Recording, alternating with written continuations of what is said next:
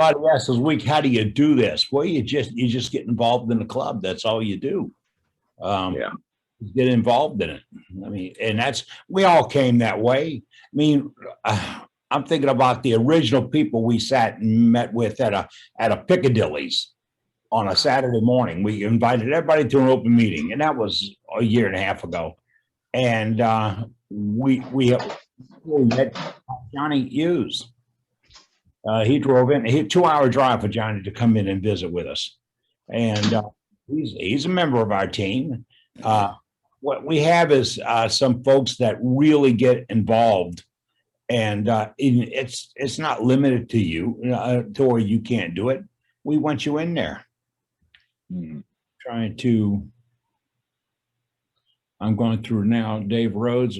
Dave, I'm going to put you in a co-host, but you're in there for recording already, because Dave records this program. Dave does two things with it. He takes the entire program, which is 3 hours long, and he puts it on our website, worldwidewoodturners.org. No magic, worldwidewoodturners.org. No capitalization, spaces, hyphens, and nothing else. He puts it there, and then goes in and grabs our demos and chops them out and puts the demos in there too. So you don't have to watch the whole program demo. Look, and what else Dave got? There, Ronnie's got it right there. I went on this evening, and I was at our website, and I didn't realize this. If your name appears at the 2x4 Club, you click on your name, and this comes up, and you can print your own 2x4 Club membership card. 2x3s count? What's that? The 2x3s count? Yep, 2x3s also count. And like that guy in Australia said, 4x2. 1.5 by 3.5 count too. Yeah, Donald is from one of our Australians. He's in there right now. One of the guys last week from his area. Boy, that guy talented. He came in, showed us some awesome looking turning last week. And we like that. It sets your mind to thinking.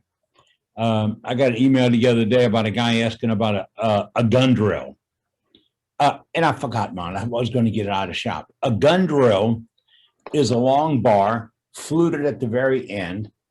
It almost looks like a turning tool. It's got a hole down the center of it, and the hole comes out down at the flute. When you drill with it, you don't turn it. You turn the lathe on, and you get it center, and you turn the air on, and you push the drill in. It'll clean the hole as you go, and you can go 10, 12 inches. Depends on the length you get. They are kind of steep in price, but it is the handiest thing for locating or putting the center in a bowl. I personally, I don't like forcing the bits. And once I found this, that's what I went to, and I've been very happy with it. I've not had a problem with it at all. I have a little 90-degree fitting on the end of it, so I got a place for my hand, got my quick snap on it, and it's a cool tool. It is a cool tool. I have one of those too, Eddie. I need to use it more. Yeah, I've used them for making lamps for drilling a longer hole. Oh, that's a great idea. Yeah. Well, sometimes you can't. One of the cool tools I found. Say again. Cool things I found cleaning up the shop here.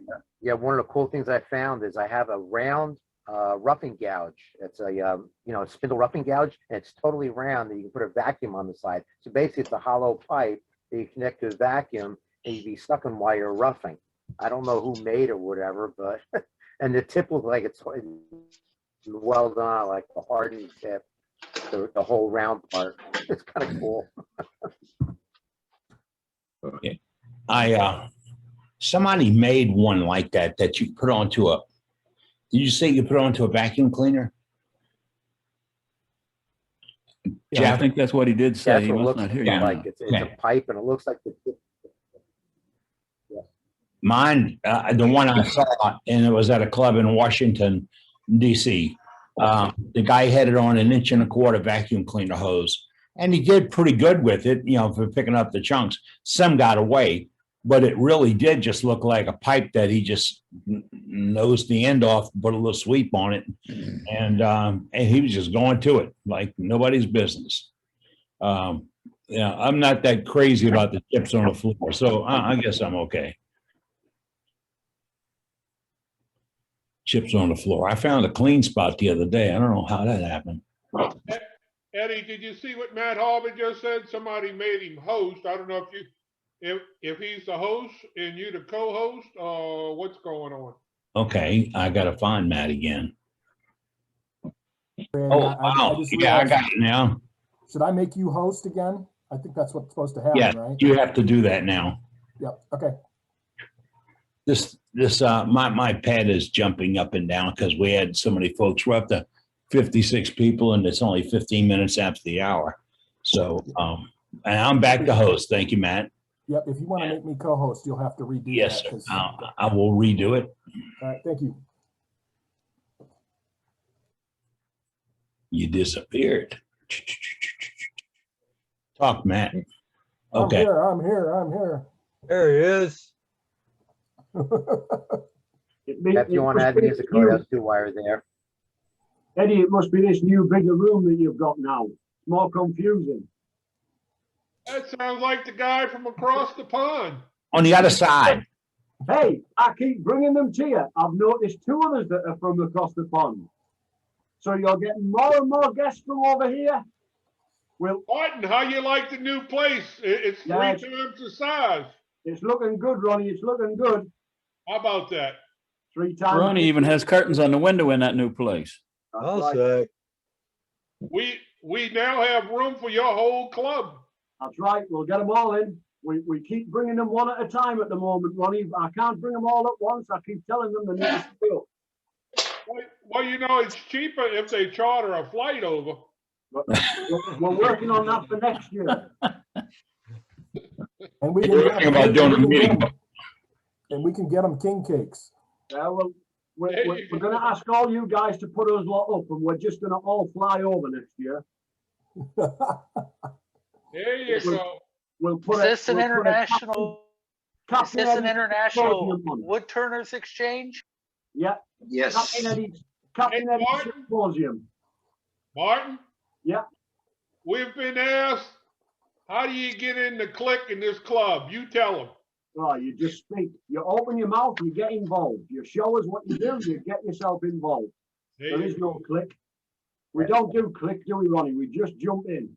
For those who are not familiar with Martin, Martin is from the UK and he has a club of his own, and it is now about 12:20 in the morning on his side. So thanks to Martin, he comes almost every week, and we appreciate him being here because he has a lot of knowledge, and he'll teach you all about timber. Not wood, timber. He's in the shop. He'll grab a tool. He has something strange. He'll grab it. And we get that a lot. I mean, Dane's in his shop. I see a handful of them in their shop right now. And I'd be out there tonight. I got a cable problem out there, electrical problem. But the weather's nice here. Hey, Matt, the snow's down to almost invisible here. Just almost. Yeah, hanging out with the UK guys. I've come up with an English to English list on my phone. They spell things wrong and they say things wrong. So I've got like color, aluminum, aluminium. We need to get cinnamon. Talking properly, Jeff. So we need to What's get that? cinnamon thrown in there tonight. Oh man, It- cinnamon. It's not Oh, man. the pronunciation differences that throw me. It's the slang. And I love it because I learned so much. in a few minutes, we'll go across the border again. We'll go into Canada with Cade. Okay, and there's Donald. There's Donald from Australia. Yep. Yeah, Don's up on. there in Australia. You gotta watch out for those Canucks, though. Here he is. He's all dressed up tonight. There he is. Yeah, there's Donald. Yeah, he's got his. Here's our Canadian. Had his fancy hat on and everything. Looks like you just cut your lawn there, Donald. Hi, Cade. I'd have to cut it. It's drought. Oh, there's Hi, Cade. everyone. Evening, You're gonna Kate. make me go get my Aussie hat. Hey, Ronnie, be careful what you say. Brenda's on. Oh, Uh-oh. hello, Miss Brenda. Hello, Brenda. How's it going? And there's Cade. Hey, Eddie.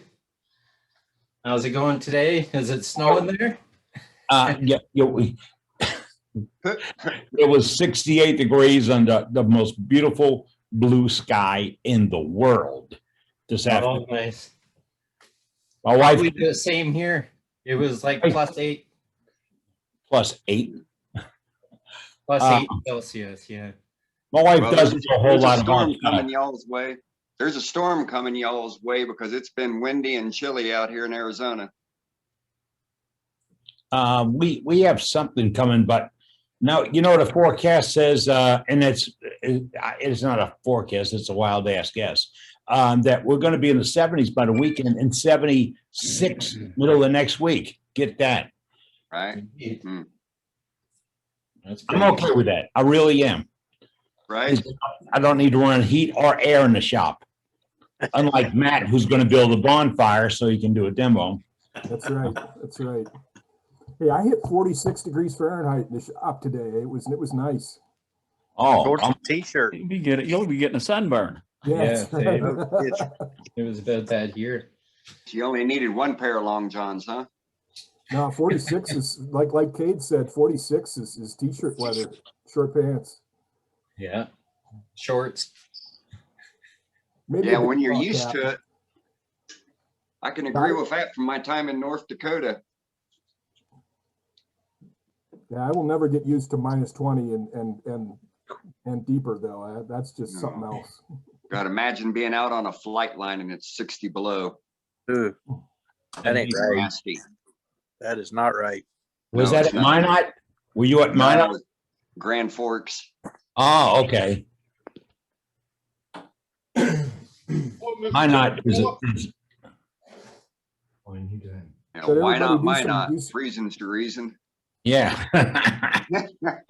Those that don't know it, it's an Air Force base in north of everything. And I think they got snow on the ground in July. I know in Grand Forks, it would start snowing right at Labor Day weekend. And the last of the snow wouldn't melt away until after Memorial Day.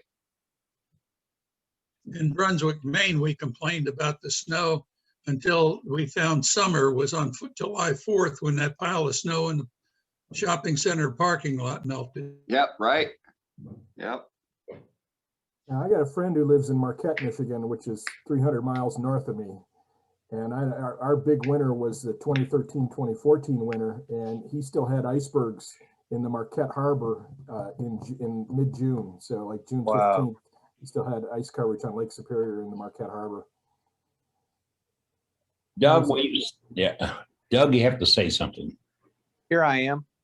All This right. one? There you are. Yes, sir. That worked. I just it wouldn't come up on the scroll. Okay, Yeah. got you.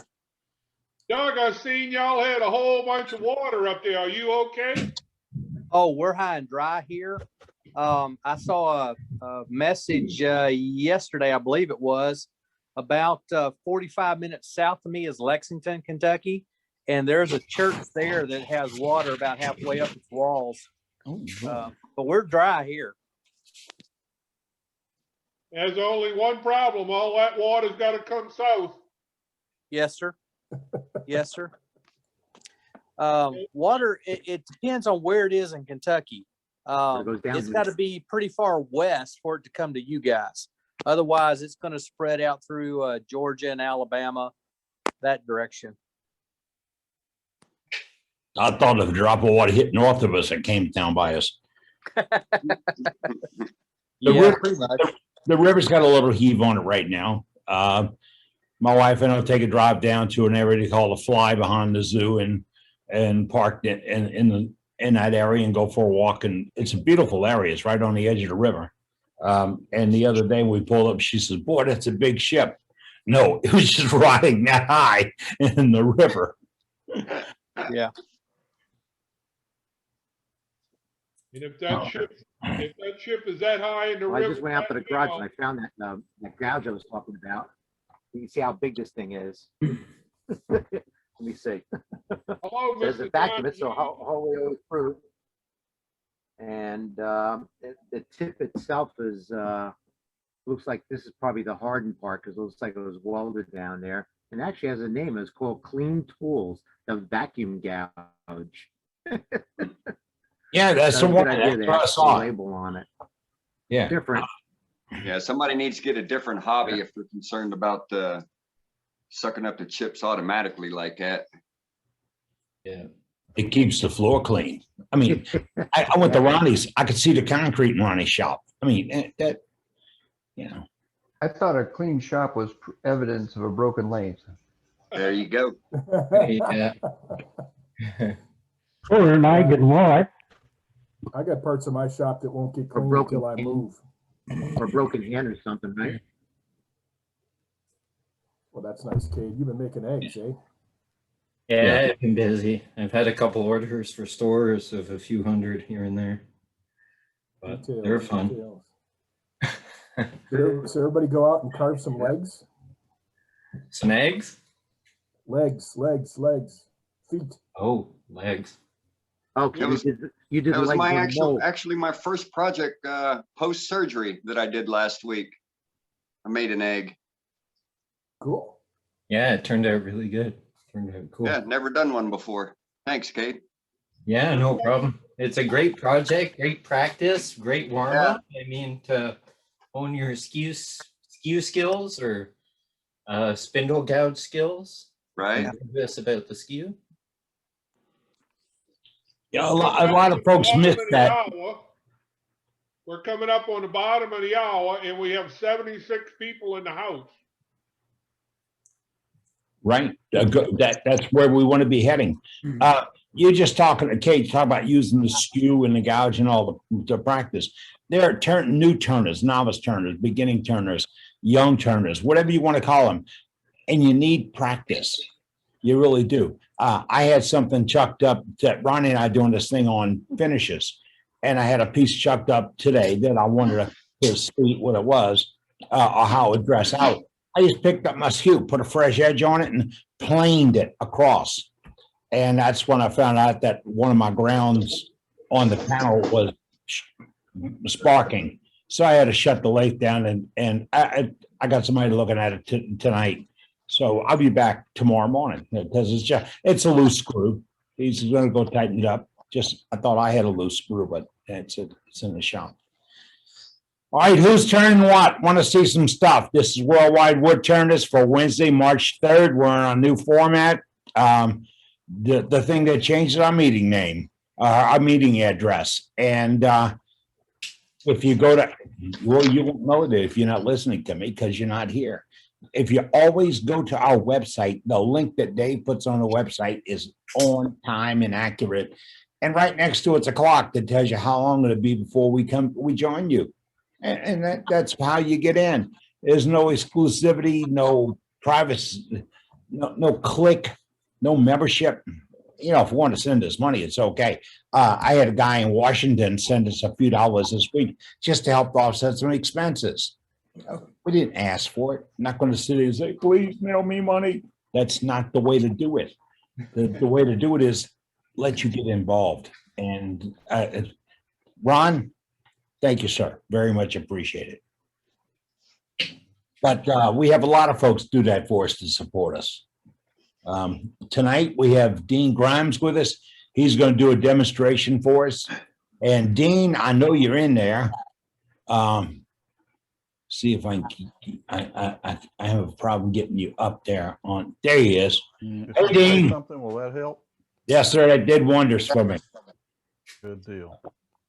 Dean's going to do a demonstration on us tonight. Recap it for us or give us a preview.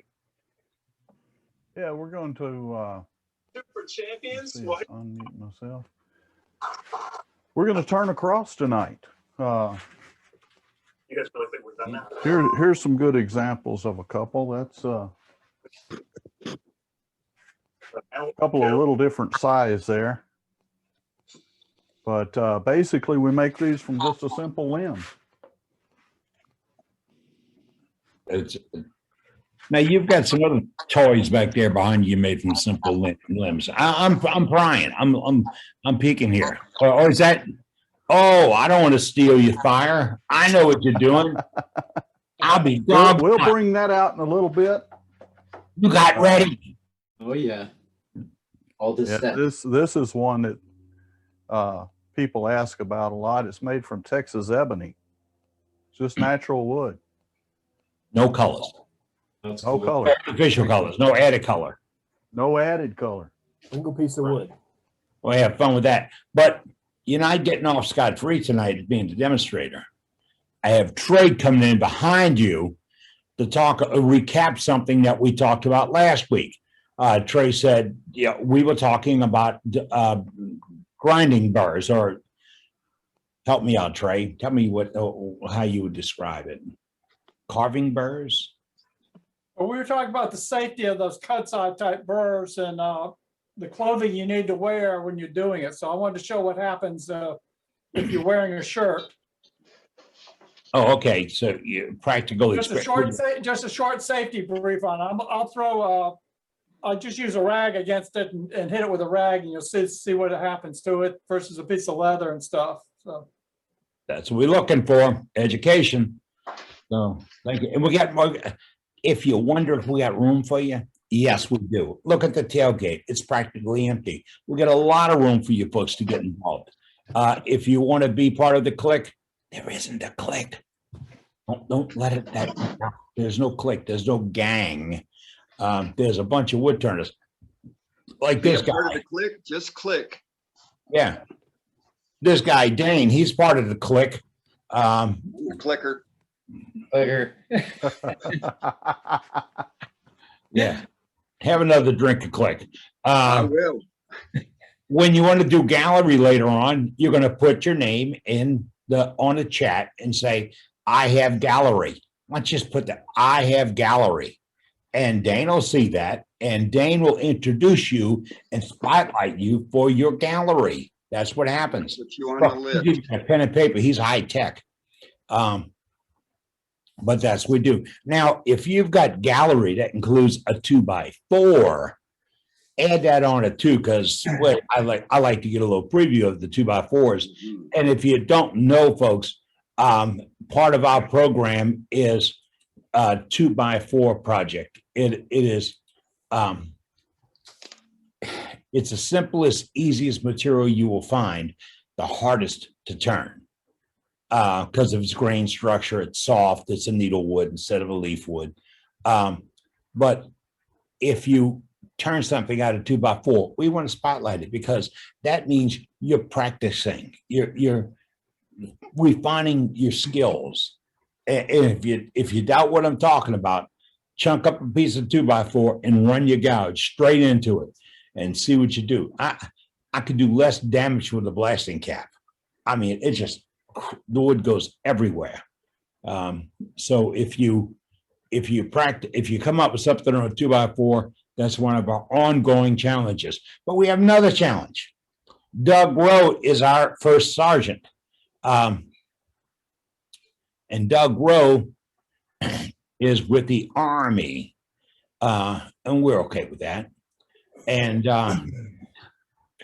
for us Air Force guys have tolerated. But Doug collects our pens, our freedom pens, to go to our troops. And that's a great project. We're into this. We're into it pretty deep.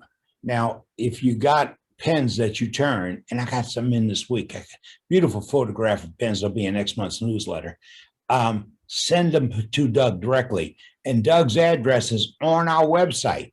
It says to send pens to Freedom Pens. A little bar that goes across, just like this. A little bar goes across. If you click on it, it gives you his address, and you can cut and paste that address right to your mailing label. And that's how you send us pens to be involved in Freedom Pens. I just got this in. We talked about demonstrations. Let's see what we can do. 3 demonstrations tonight. 3. Right We have one coming in long distance from Canada later on. I gotta give a shout out to Dave, the web guy too, who's putting these videos on the YouTube. I really enjoy the way that they're getting cut out so that I can share, the piece that I was in and say, here's what I did on Wednesday night. Come join us. I think it's a great way he's doing it, and I really enjoy it. Thanks, Yeah, Dave. it's fine. Just take that little tidbit out and hit that, the tidbit of the demo. So if you say, hey, look, tonight we're going to do tops from Canada. That little demo will be on our front page of our website, and just go there and click on that one and boom, you're in it. You're in the program. When we started this program, we sat around, Ronnie and I sat around one day, we were talking, I came back from SWAT and I said, I spent 4 days at SWAT. That's the best symposium I've ever been to. 4 days at SWAT. And I answered the same question to different turners every single day. And then after about 2-3 days of it, I was kind of slow to catch on. I started asking them, why don't you ask your club? What do you belong to a club? Do you have a mentor? And I kept getting no.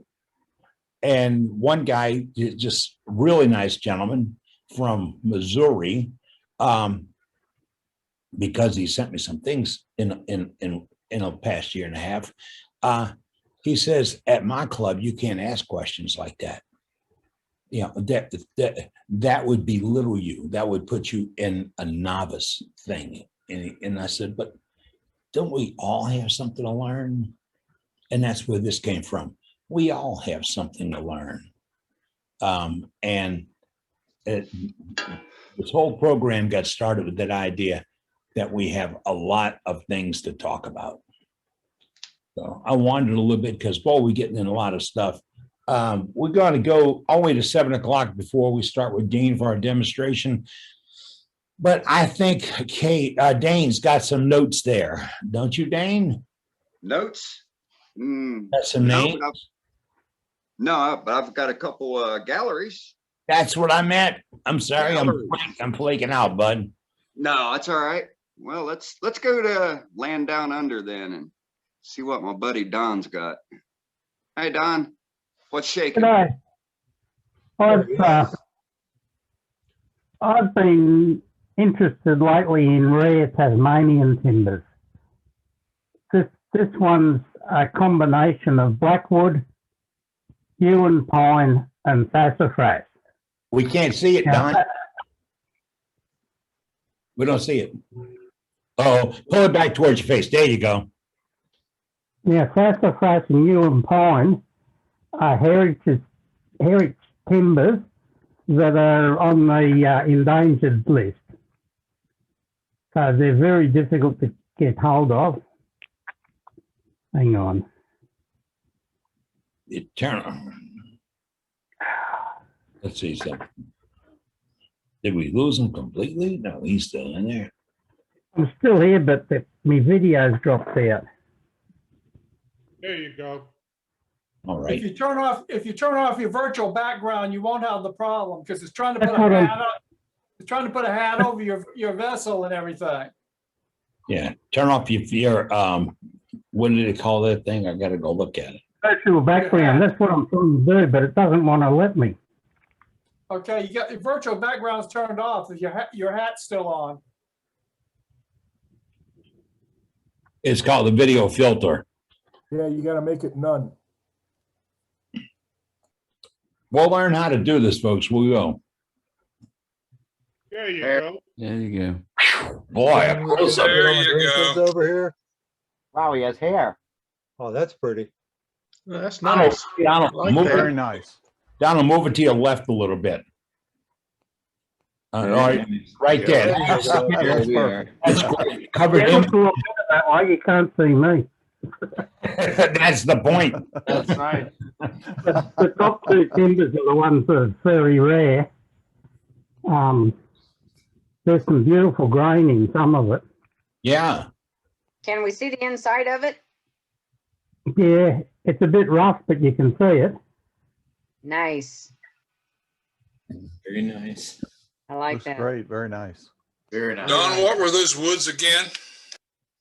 Blackwood, Huon pine, and sassafras. Oh, sassafras. That smells good when you cut that. Oh, yeah. Make you hungry. Well, for it's good, yeah. but it's poisonous. Smells like root Ronald, beer. do you have a question for Don? You're raising your hand. Yeah, we don't do that hand raising, folks, if you're with us. You just jump right in. We're rough and we're crude. Hey, Thank Don, you. That's a beautiful piece, bud. That really is. did you Thank say you. pine, Don? Very nice, Don. Yeah, Huon pine. I wonder if that counts as a 2x4. Don't put him in. A little bit dearer than 34, I tell you. Yeah. All They right. don't call them. They don't call them 2x4s in Australia. That's a Oh, 4x2. 4x2. All right, let's go to They call Trey them here. 4x2. Trey's Yeah, up. what up, Trey? What you got Hey, Trey. for us? Trey, it's your turn. You're muted. Okay, Now you're not muted. okay. And, okay. Let me go to the. Okay, I guess I'm on screen. Let me get it off of there. Oh, Okay. we're gonna do the- this is a mini demo, folks, relating back to what we talked about last week. If you missed it. No, this is a gallery item. Oh, well, I saw the glove and Wow. no fair. No fair. Benfo inspired. Okay, it's a Benfo inspired piece. That's beauty. Small vessel is turned out of a piece of pear. I got a fish, crab, Wow. and another Very crab nice, on very there. nice. Here's just the edge of it. Wow, that is nice, Trey. That's Very gorgeous. nice. Put some That's color gorgeous, Trey. variation in there and some blue in the inside. It looks like the animals are. It looks like they're applied. Yeah, it Yeah. looks like they're sitting on Yeah. top. It's like they're Right. 3D. They're part of the vessel. I hand painted the crabs, but and airbrushed the fish. Incredible. And then I did Beautiful, some little Don. waves up in this area here, so little wave action. Add that on top of it, so. Hey, Trey, what do That's you an use? awesome piece. Trey, what do you Very use nice. to pierce that? Very nice. I used an NSK Presto. Sorry, you broke up. That's what I use for piercing. I use the NSK Presto. It's The one you showed last week. it's yeah, it's I can show it to you in a second. Okay. But I use it for the piercing, and then I use a $6.99 bit on it, long bit.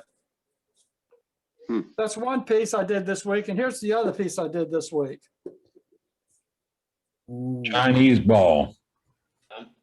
Got the little daggers for it. Got the little what? Oh, there's another ball in there. Okay. There's seven total. Oh, wow. Holy. And Very nice, they're all very nice, free. Trey.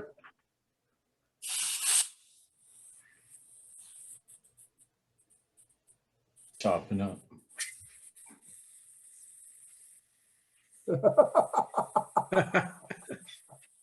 What I got kind of a wood is that? Rubik's Cube there. That's It's cool. a piece of maple. That's awesome. I've seen those in China and they carved them out of jade. Well, and actually, I think they started in France. Yeah. Hmm. The They Chinese are- took credit, started working because they did them forever and made them out a lot of ivory pieces and everything else. But Folks, that is not. That's fine. Ray, how long did it take you to do Project. that? About 2 days. But it's not consistent, it's not constant, it's back and forth. I don't work all, consistently, continuously, so. How many hours? Trey, you make us look like we all in grammar school. Also, Maybe about 8, I might retract. maybe my about 8 piece hours. Wow. they don't do any of those in North Carolina. Well, you'd be a first then. Imagine a birdhouse Bob Moffett can make out of that. Oh, boy. Hey, Trey, do Right. you start like outside and work in or inside and work out? Well, I start the cut. The cut's the first cut on the inside, but let me grab the cutters. Cutting this is absolute art. It is, and you better have the patience of Joel because this is a real work of art. This will test your skills. Look at the cutters. These are the cutters that I use on it. And you basically, this is the first cutter, and what it's going to do is just cut a hole into it. It's just a, straight cutter going in. I can zoom in a little bit. Okay. And then next cutter is going to be this one right here, and it's going to do the ball in the very center and separate that first area in the center. And then you just walk out with the set of cutters as you start going out on it. With this being the last cutter on the outside. And basically the cutter just goes in here and does that and undercuts it.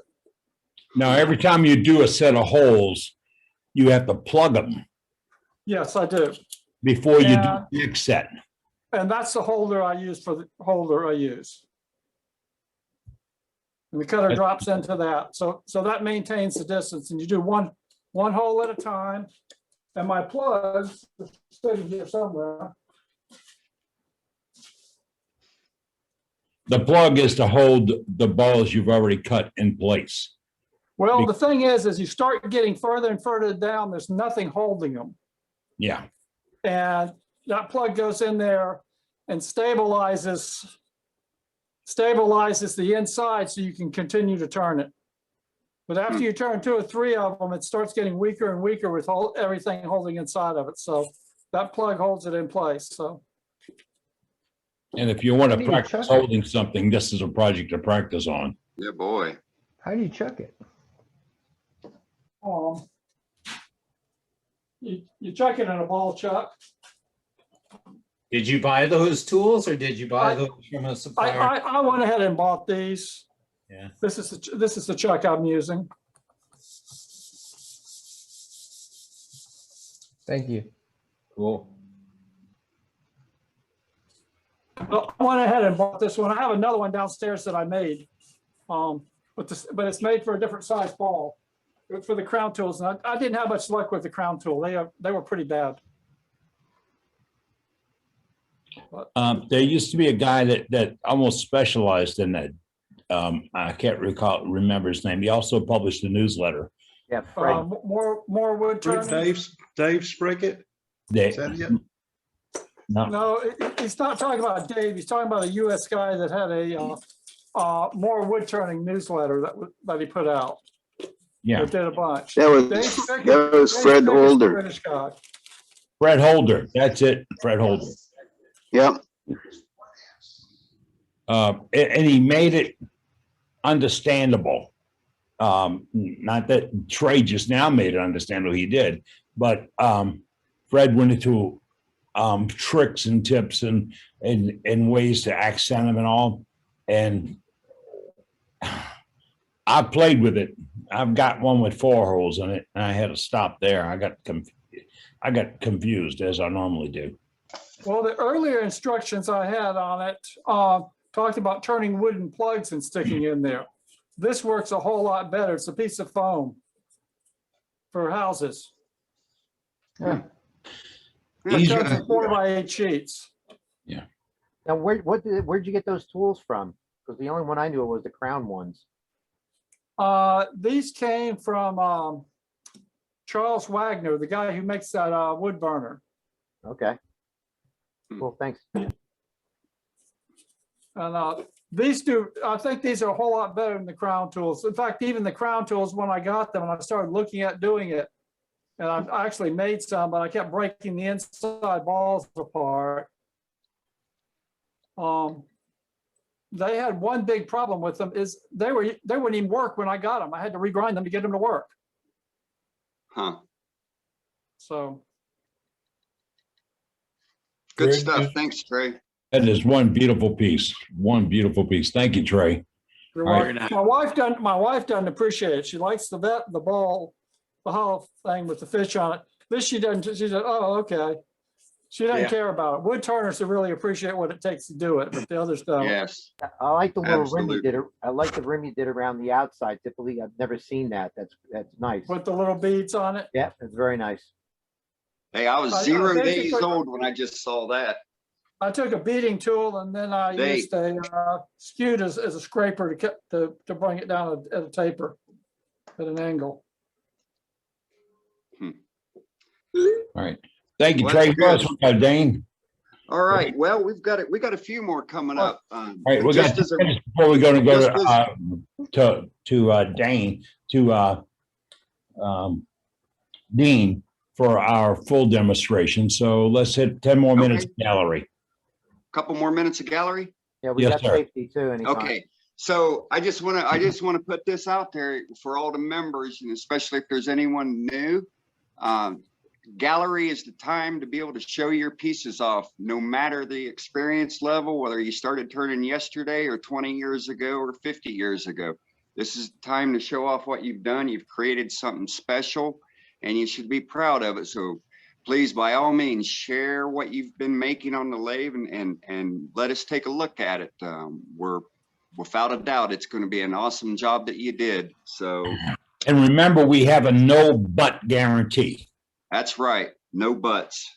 No, can't So say I without like that, further- but I like So to finish. without But further ado, we're going to go to the birdhouse man. oh, there's Moffett. There he is. There he is. So who's the birdhouse man? I I made a birdhouse for my wife. There I you made go. this for my wife out of cedar, and it's for real birds. So that's the biggest one I've made so far. The others that don't know, Bob makes some really fantastic small birdhouses, and he's been showing them off to us for about a year now. Yeah. But I saw this on Facebook. Maybe Yeah. it's really nice. And I told her she couldn't hang it out till tomorrow because I had to show it off tonight. There you go. Beautiful piece. It's for a real bird. Bob, is that birdhouse insulated? No. He had a Nice kid. job. Had to put a little fireplace on it. I could put a little chimney on the top. All right. That's a nice one, Bob. Thank you, Bob. Thank you. My wife liked it, so I'm happy. Okay, who else we got, Dane? Let's see. Let's where's Jeff at? We need to do safety. Get that out of the way. Yeah, thank you. Yeah, here I am. Gotcha. Got the hat on. Cool hat. All right, guys and girls. Safety. Yeah. All right. Air compressor hoses. I always wrap around the handle on the compressor if you can. Sometimes those fittings, even though they're working, you got air coming through, they have a tendency to pop off. So then I was right one. I had one 25 feet pop back, and I'm watching this thing fly through the air many years ago. It hit me right in the chest. Got a good bruise. Thank God it didn't hit me in the face. So be careful with air hoses and pulling on them and stuff. When cutting wood on saws, never reach for pieces until it's stopped. Use safety equipment with tools like the guards, the riving knives, shields, covers, whatever. Everybody says, oh, you don't need them. Well, if you don't use them, be careful. You shouldn't be doing that. They're there for a reason. Also on Facebook, a guy was cutting something on a jig, and the table saw grabbed the wood and pulled his finger into the table saw. So Yep, saw needless that. to say, got a lot of stitches for that. Safety glasses or face shaped shields. Big proponent. Put it on top of your lathe, your saw, whatever, So you have to make a decision to not use it. And it'd be stupid not to use it. But I got safety glasses on my band saws, my drill presses, chop saws. Yep. You know, you got to move it to use it. And My daddy believed I had the biggest eyes in the world because whenever I got near something like that, I get something in my eye. yep, I know. All right. Well, everybody be safe out there. May the Bev be with you. Right on. And we have one more safety before we go to Dean. So Doug, you're up right now. Hi there. Hi, I've Doug. pointed this out to some other people before, but this finger, I don't know how well you can see it. You see it now. It's quite red up in here because I was stupid and I didn't do like Jeff said, and I wasn't paying attention. One moment's inattention as I was spinning a piece of wood making a bowl blank. I spun it around and all of a sudden it went quick. I took right across there with a bandsaw. The reason I bring it up is next Tuesday, these two joints come off. They're being amputated. 10 months ago, this happened. I've been operated on 4 times to try and fix it. I've been in occupational therapy trying to fix it. And I ended up with traumatic osteoarthritis as a result. This joint right here is almost locked up. This one's completely locked up. Nothing we can do about it. I have to have it taken off here. So anybody can have this happen. Moments inattention, and you got what I've got. So as Jeff said, safety equipment and pay attention. You're tired, shut off the equipment, go back in the house. Yeah. On that note, I had something similar happen to me. And that's great advice. As if your head isn't in the right space, if you got in an argument or a disagreement with someone, or you're pissed off or angry, don't bother going in your shop. Because one day I was a little aggravated and I was cutting a round bowl blank, just like you were on the bandsaw. And I've done it so many times and I pay attention and wear all the safety equipment, but my mind wasn't in the space where it should be because I was aggravated from an argument I had with a friend or something the day of. So I went into the shop and I was cutting this bowl blank round and it had a little bit of a spalted spot. Okay. Spalted spot. Whoa, And whoa, once whoa. I hit that spalted spot, Thank it you. just flipped, came around, and I went right through my ring finger with the bandsaw, probably an inch up past the nail. But That hurts luckily, just talking about it. but luckily the nail and does. everything healed properly, but I do have nerve damage in the tip of the finger. And every time it's cold or it's -5 degrees, you can always feel that scar tissue really tightening up and it gets painful. So be safe, be careful, watch your fingers. You only get 10 digits, there's no replacements. Right. My surgeon said he could put on a new joint. He says, I guarantee you'll break it somewhere along because you do woodworking. Like Yeah. you said, I was turning a blank. I was in a hard spot. And all of a sudden I hit a spot where it went soft. And boy, that blank just spun right around. And it was one of those, grab a rag, wrap it around it, turn off the bandsaw, turn off the lights and head to the hospital. Yeah. But again, I'm losing 2/3 of my finger next Tuesday for a split second of inattention. And it was probably the 12th or 15th bowl blank that I had turned that day. And again, I was tired, I was inattentive, and so where did the Trying to water? get it done. Yeah. Exactly. If you're tired, accidents happen. Your body gets tired. Cade, you need to move to North Carolina. We don't know what 5 below 0 is. Oh no, when it gets -20, -5, it's really painful. Yeah, Cade and I live in similar climates. We haven't seen above freezing until today, and single digits every night. 2 nights ago, it was -20 wind chill here. Yeah. Whoa. Sure. It was +6 today. It was like Heat wave, beauty. +6 Celsius or Fahrenheit? Celsius. Okay. Celsius. Sounds like a good place to be from. So you were warmer than I was. Hey. Yeah, it was nice. It was like, oh, I can go out, grab the recycling and garbage bins with my t-shirt. I don't got to get my full park on. That's even too cold to put your beer out in it. It only got up to 63 today here. All right. We're going to get off the Weather Channel here for a little bit. We ask members to get involved and provide us with demonstrations. Now, because we're getting some background sounds, I'm going to mute everybody in the audience right now, or all the members. You're now muted. And that is because we hear the Jeopardy in the background, the bags, talking to your wife, your in-laws, and stuff like that. And that's distracting from the program. So now from here until 9 o'clock, and we pull the plug at 9 o'clock, until 9 o'clock Central Time,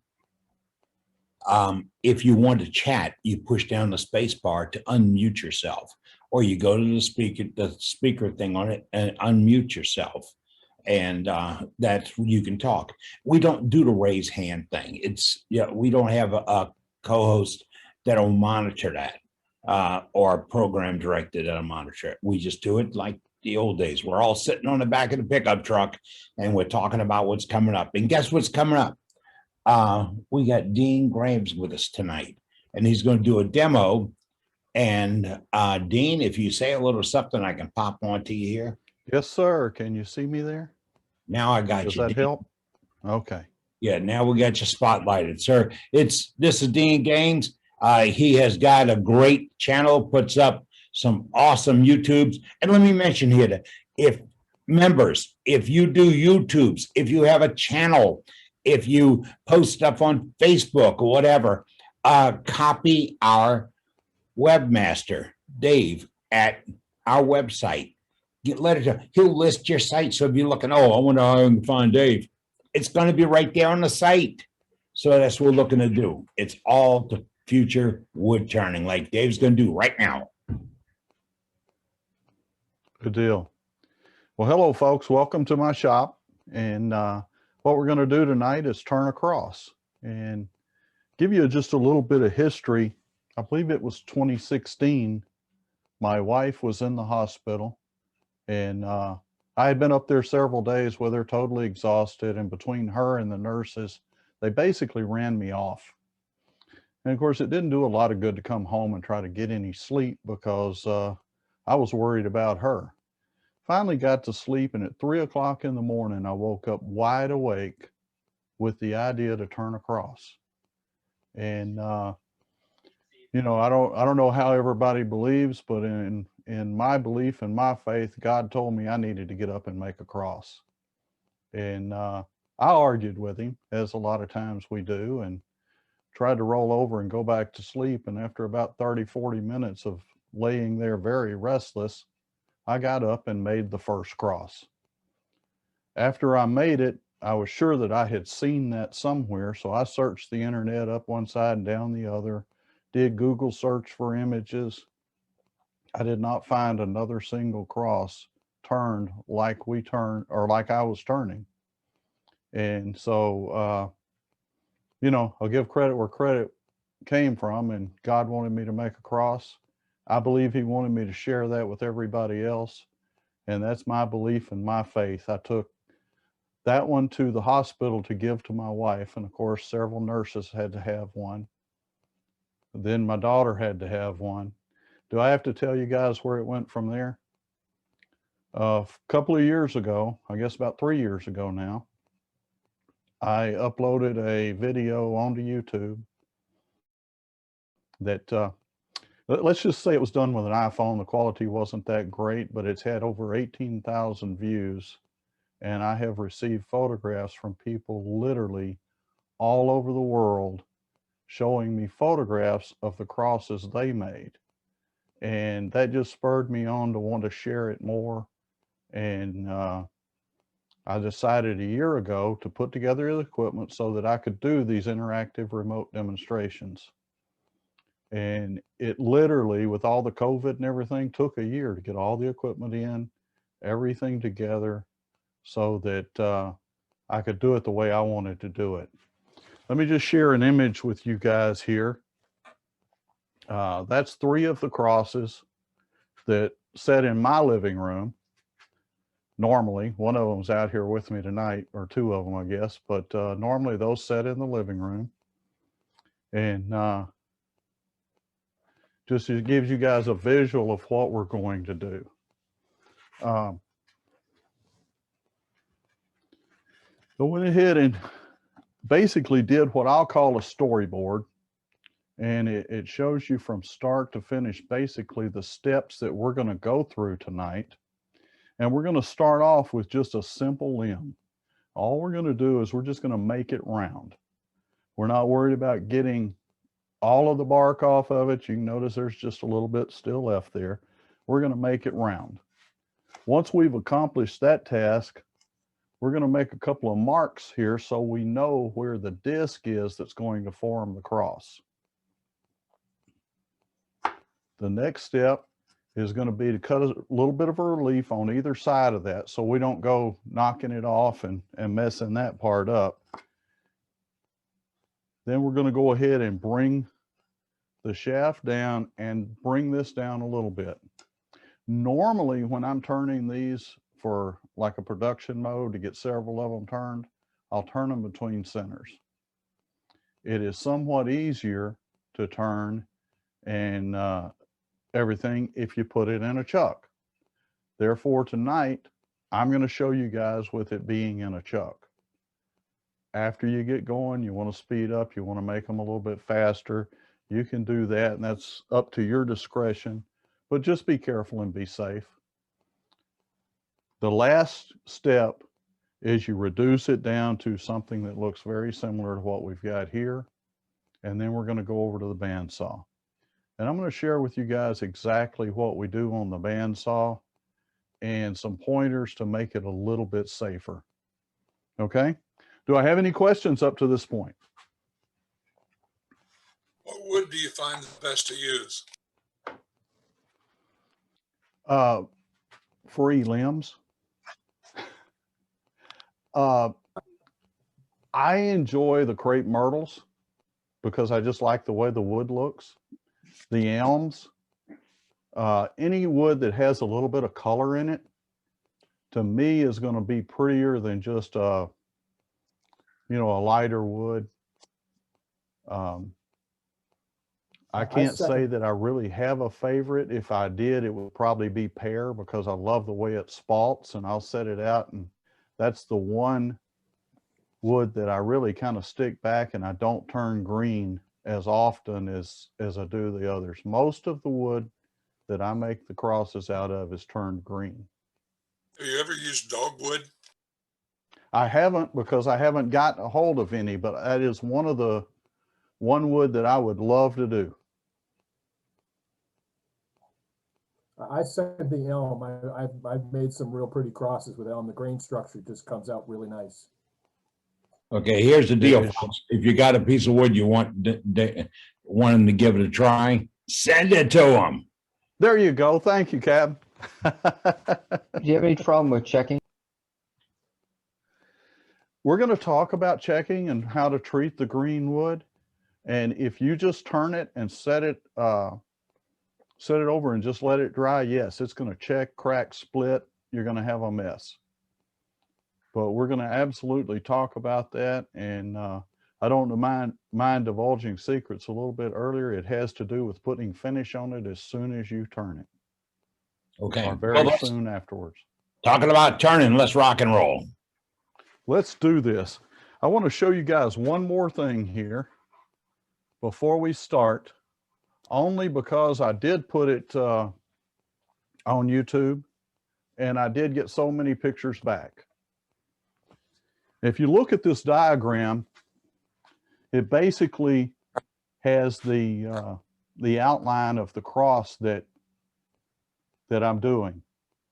Okay, so the limb, whatever size the piece of wood is, determines how wide that cross is. The way you determine how tall the top is it's going to be half the height or half the width of that cross. So if your cross is 2 inches, that top part's 1 inch. The bottom part needs to be roughly 3 times whatever the top is. So if the top's 1 inch, the bottom part's 3 inches.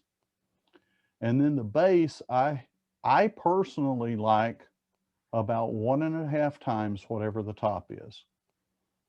And the reason I say that and the reason I put that in there is because looking at some of the crosses that have been turned, that have been sent back to me. In fact, one guy did a YouTube video of it. He took it in to show his wife and she did not know what it was. So if you don't keep those ratios right, you'll create something that maybe won't be exactly what you want it to be. Yeah, I know a lot of turners, they talk about, well, I can't wear a face shield when I'm doing a demo because you can't hear me. Well, I don't know about the rest of you guys, but I like my face. You may not think I'm pretty, but I do. And I bet you can still hear me, right? Yeah, I've heard that excuse too many times by good turners, so I don't believe it. I don't go for that, Captain. It's and we'll start the lathe off slow. And if you've got a variable speed lathe, start it off slow. You're not in a rush at the beginning. We're going to go ahead and bring it up to speed. And all we're going to do on this first step is just get a spindle roughing gouge, and we're going to make it round.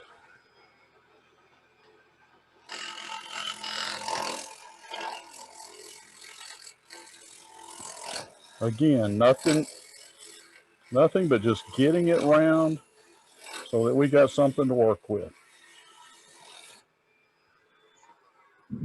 Let's see what we've got here. Again, we still got a little bit of bark there, but we can work with that.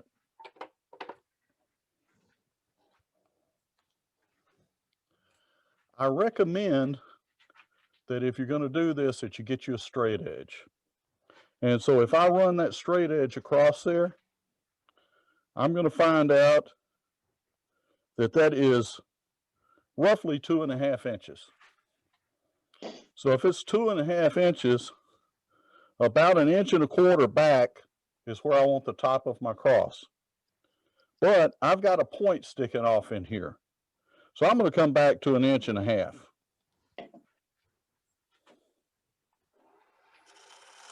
I'm going to make myself a mark right there. Now here's where you determine how thick your spindle is and how thick the disc is, or the cross portion of the cross.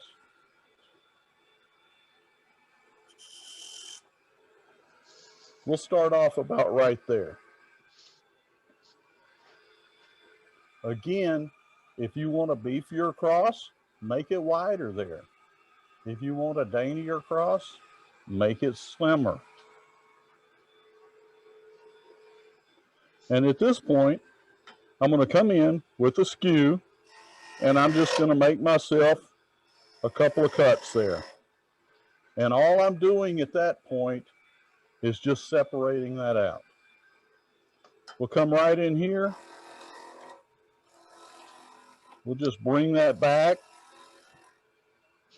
Again, we're just making some light cuts here. We're not in a big hurry. This is green wood, and I believe it is maple.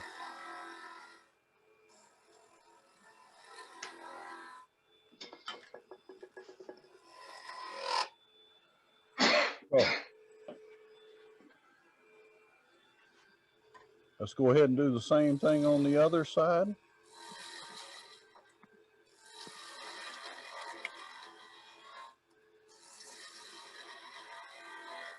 Please notice the planing cuts he's making with that skew. Those are all planing cuts. They are. And guys, don't be afraid of a tool. If you've got one you don't understand or you're having problems with it, get somebody to help you and learn how to use it. But I know a lot of folks, man, they're just almost scared of a skew, and it's a great tool. And I think you're really missing the boat if you don't learn to use it. But then that's just my opinion.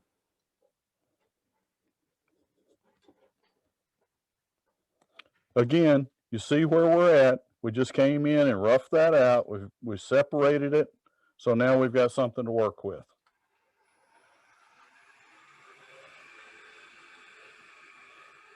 Now all we're going to do is take a bowl gouge and we're just going to come in and reduce the size.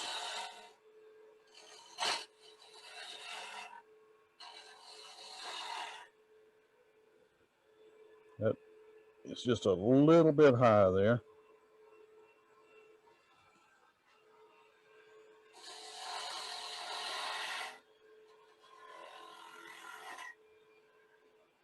Okay, and then we're going to do the same thing here. We're just going to reduce it.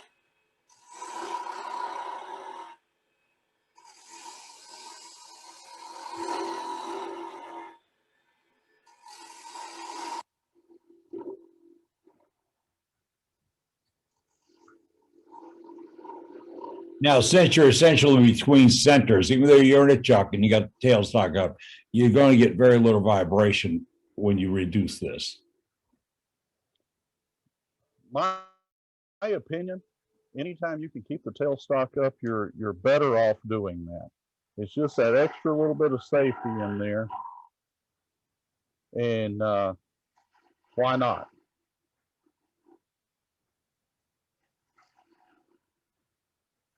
Don't you love the ribbons? Look at the ribbons. I could do, you know, that's one of the things I like about turning bowls is, you know, I could spray ribbons across the shop all day long and be perfectly happy. Now, let's talk about this right now. We're roughed in, but you see how that straight edge rocks back and forth across there? Over here, it's just a little bit the other way. We've got just a little bit of space in the middle. So if I don't straighten that out, we're going to have a problem, and our cross is going to come out and go up like this. And that's not what we really want to do. Everybody might do this a little bit different. I like to do it with a skew. And we'll go ahead and switch over to that view so you guys can see what I'm doing here. I don't come in straight with the skew. I turn it so that the bevel is coming in straight.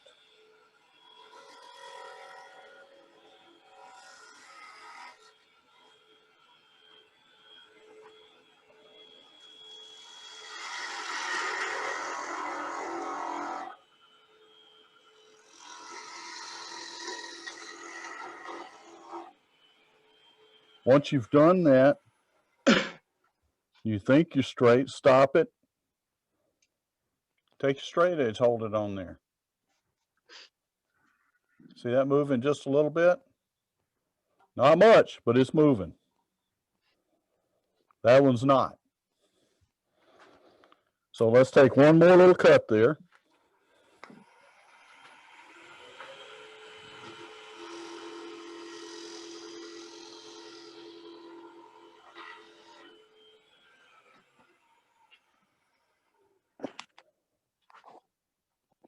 Rock solid.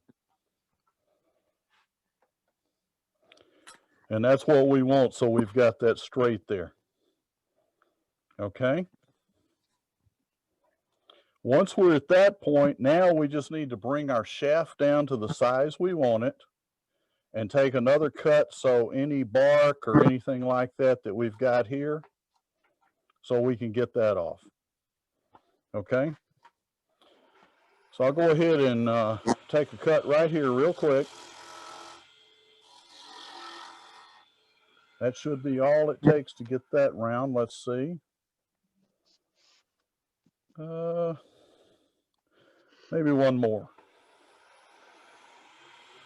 He really only needed to be round with respect to 2 points, 180 degrees across the center, right? With exactly right.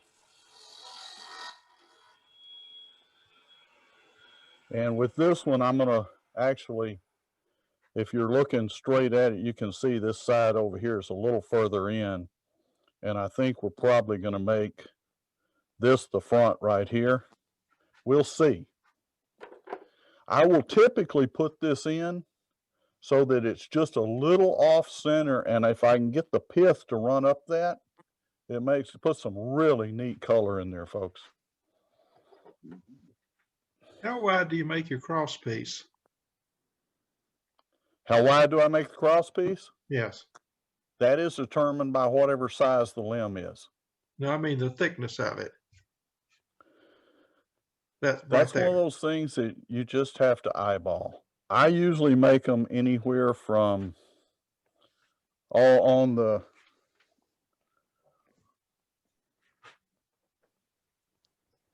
a big one like that, that's about 3/4 of an inch. On the majority of them that I make and sell and give away are like this, which is about 3/8 of an inch. I will tell you, if people err at all, they err on making it too thick. So is the cross piece about the same thickness as the up and down piece? Absolutely. Okay. And that actually is what determines how thick your spindle is. So whatever thickness you make this, now you've got to come in and get that spindle the same thickness. The other thing is, remember a while ago we said we wanted this top to be about half what the width is? Well, now our width is just a little more than 2 inches, about 2 1/4. So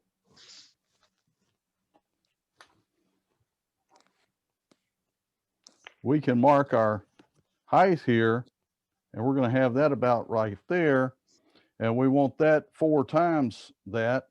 So we're going to have a space right about in here. Give you guys a better view. Right about in here is going to be where we're going to start this is all going to be shaft. So I've got about another inch of this to take off. So let's get started on that. In the beginning of the demonstration, he showed a sketch that had these proportions on it, and that'll be on a cutaway that Dave will post on our website.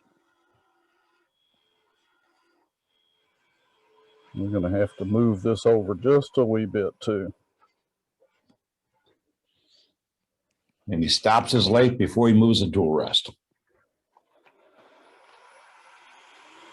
Always a good habit. Folks talking about losing fingers and all that kind of stuff. I want to keep mine right where they're at.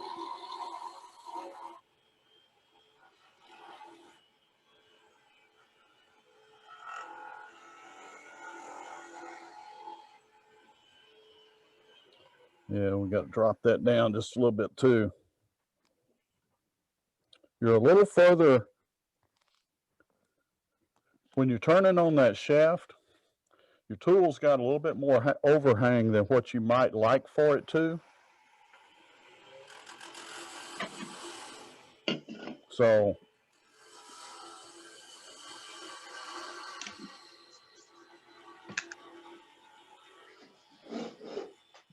we're just going to walk that gouge right down that shaft.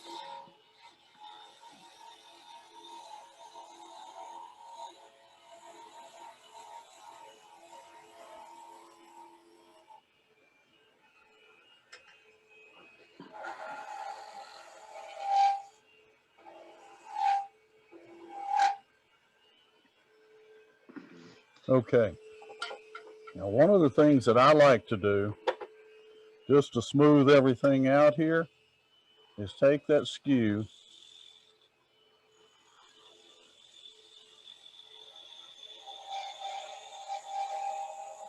Run it right down that shaft. And you just almost eliminated the sanding by doing that. You absolutely reduced it. Okay, so we're going to come back up top here.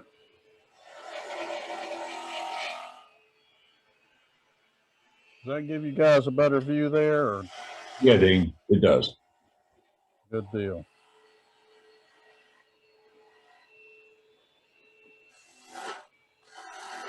This tip here, you can knock that down a little bit, but you kind of want to keep you a little bit of meat on that.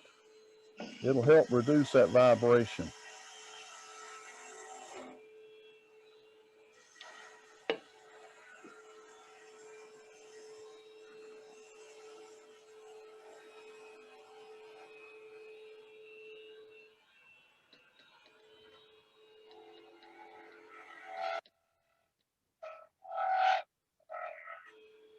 Yes. And I know there's some new turners on here. One of the things that you'll notice is I'm not pushing the tool into the work and then moving it. You drive that gouge back here, not up here. So when I'm pushing that tool in and I'm coming in like this, the back hand is what's driving it, not the front one, okay? Good tip. Let your body move with it. Yeah. You force your bevel to work. Exactly. Let that bevel do the work for you. If you're tired when you get through turning and you're not turning very long, you're probably forcing something to happen instead of letting it happen like it wants to.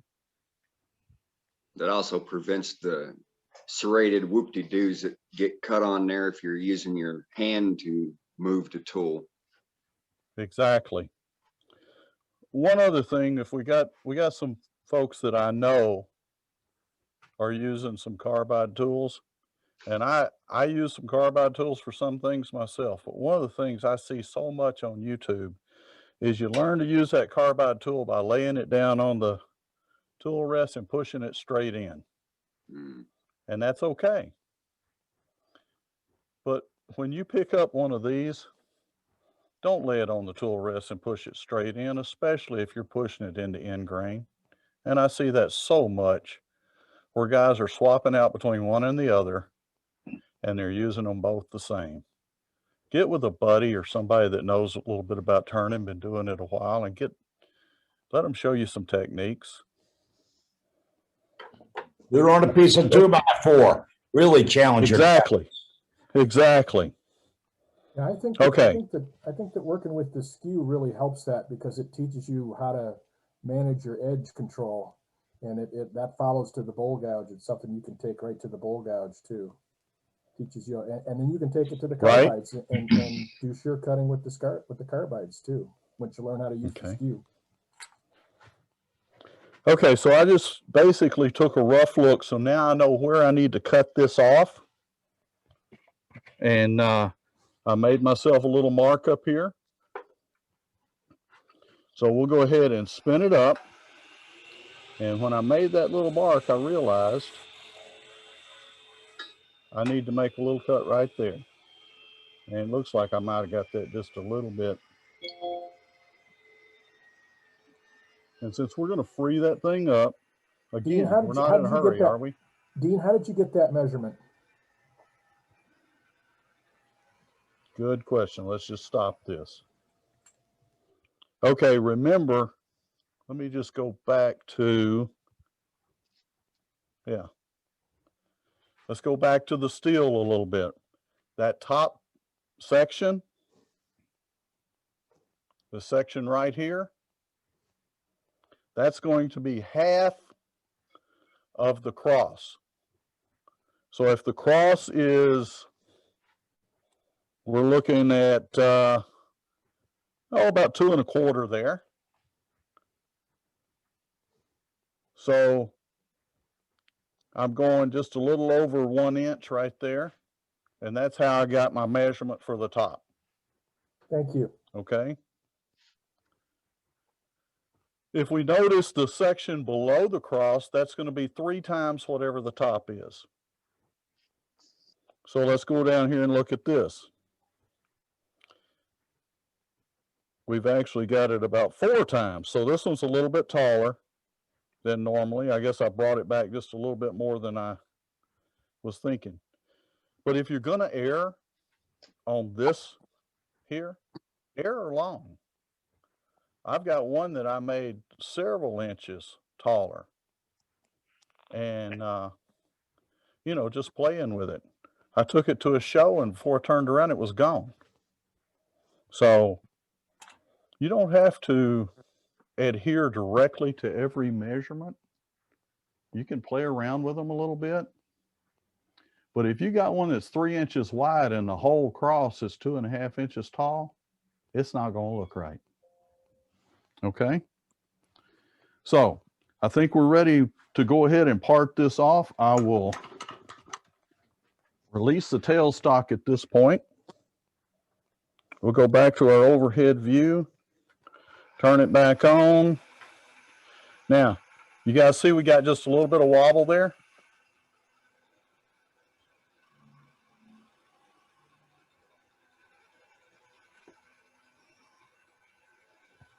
When you got a good sharp skew, it'll cut it off so sweet, so easy on that green wood.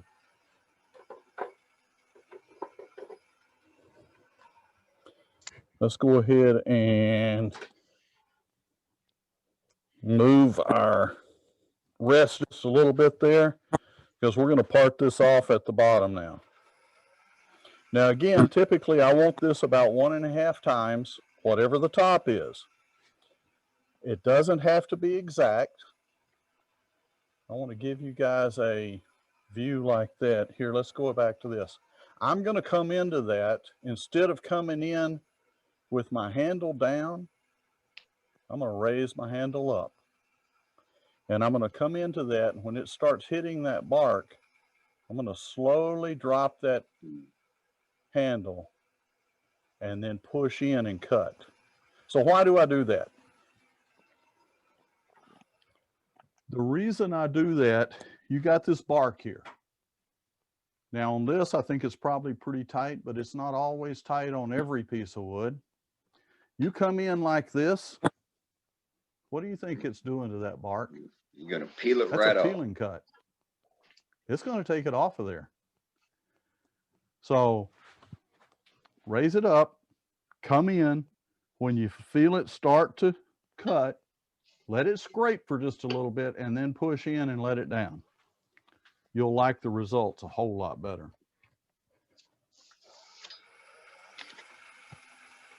Let's see if y'all can get a better view like that. I believe you can.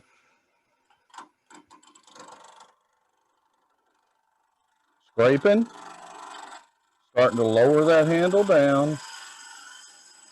I'm in past the bark. Now I'm going to push and raise the handle back up. Now, one other thing. We don't want this getting pinched in there. You got plenty of time again. Go ahead and let's make us another cut right down beside it.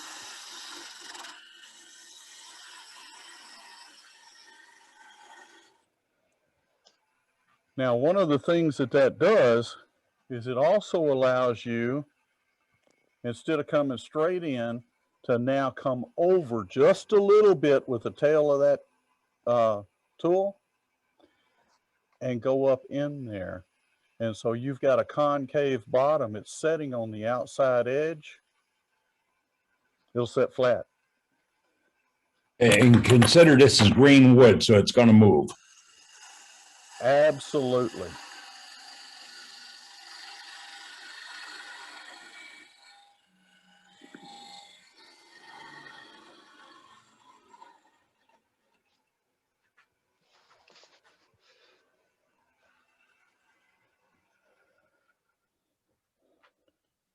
I don't know how many of you think that looks like a cross, but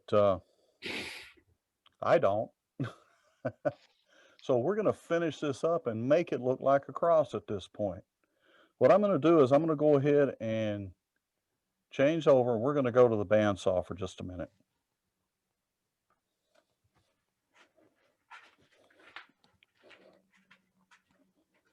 It's 30 minutes after the hour, folks. I'm Captain Eddie Castle, and you turn to Worldwide Woodturners.org, a weekly program. Everybody's invited. In a little while, we'll do a little more gallery, but we have 2 more demonstrations lined up for tonight.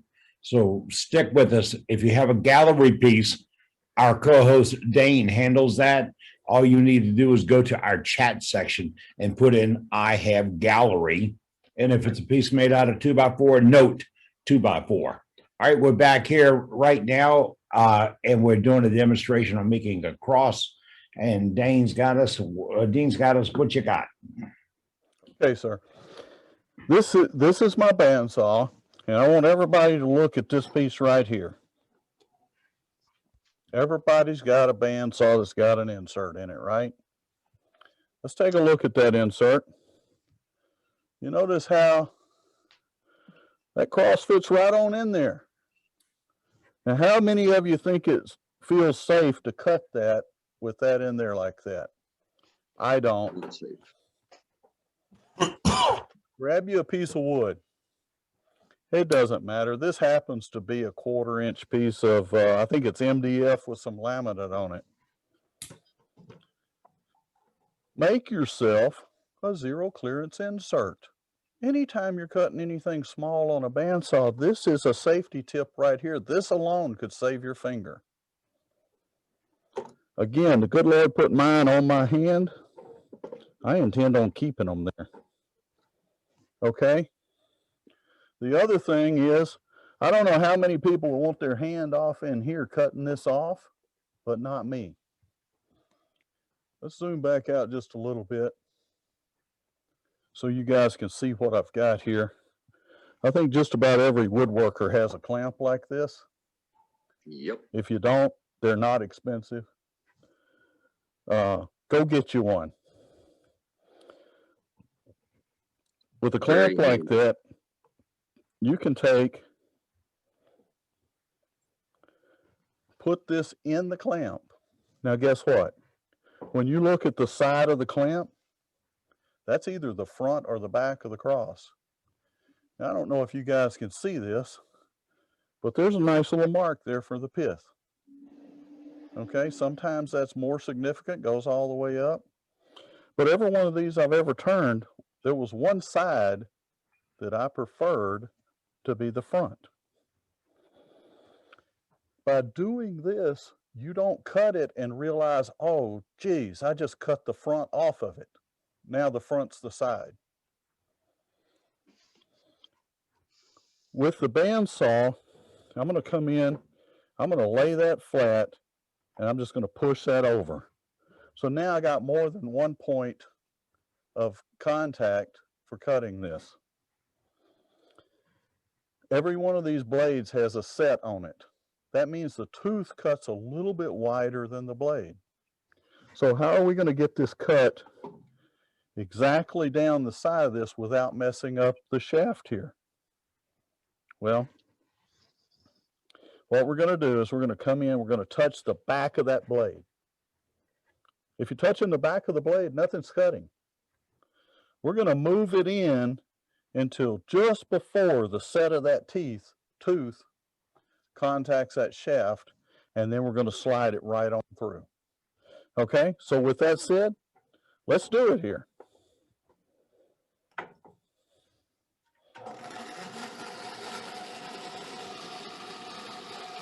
Let me see if I can zoom in just a little bit more for you guys.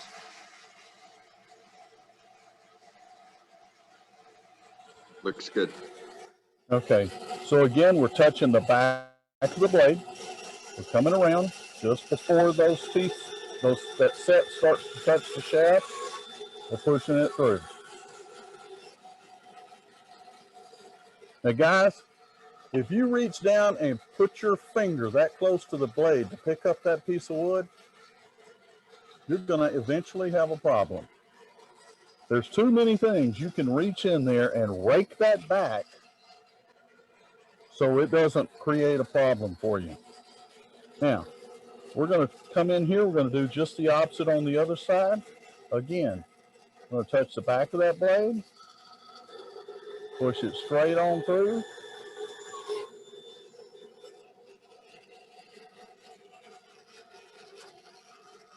Again, that piece of wood can lay there forever. As long as that blade's spinning, Dean's finger is not going to go in there close to it. Let me walk back over here so I can show you guys what we've got.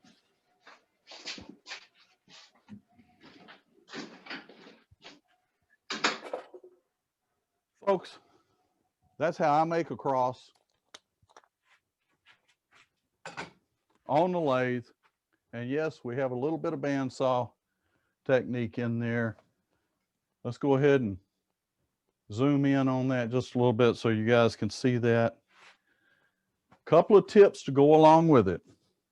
The way I sand this piece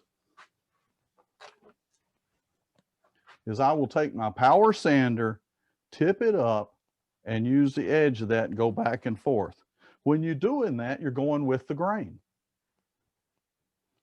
It makes sanding it real quick.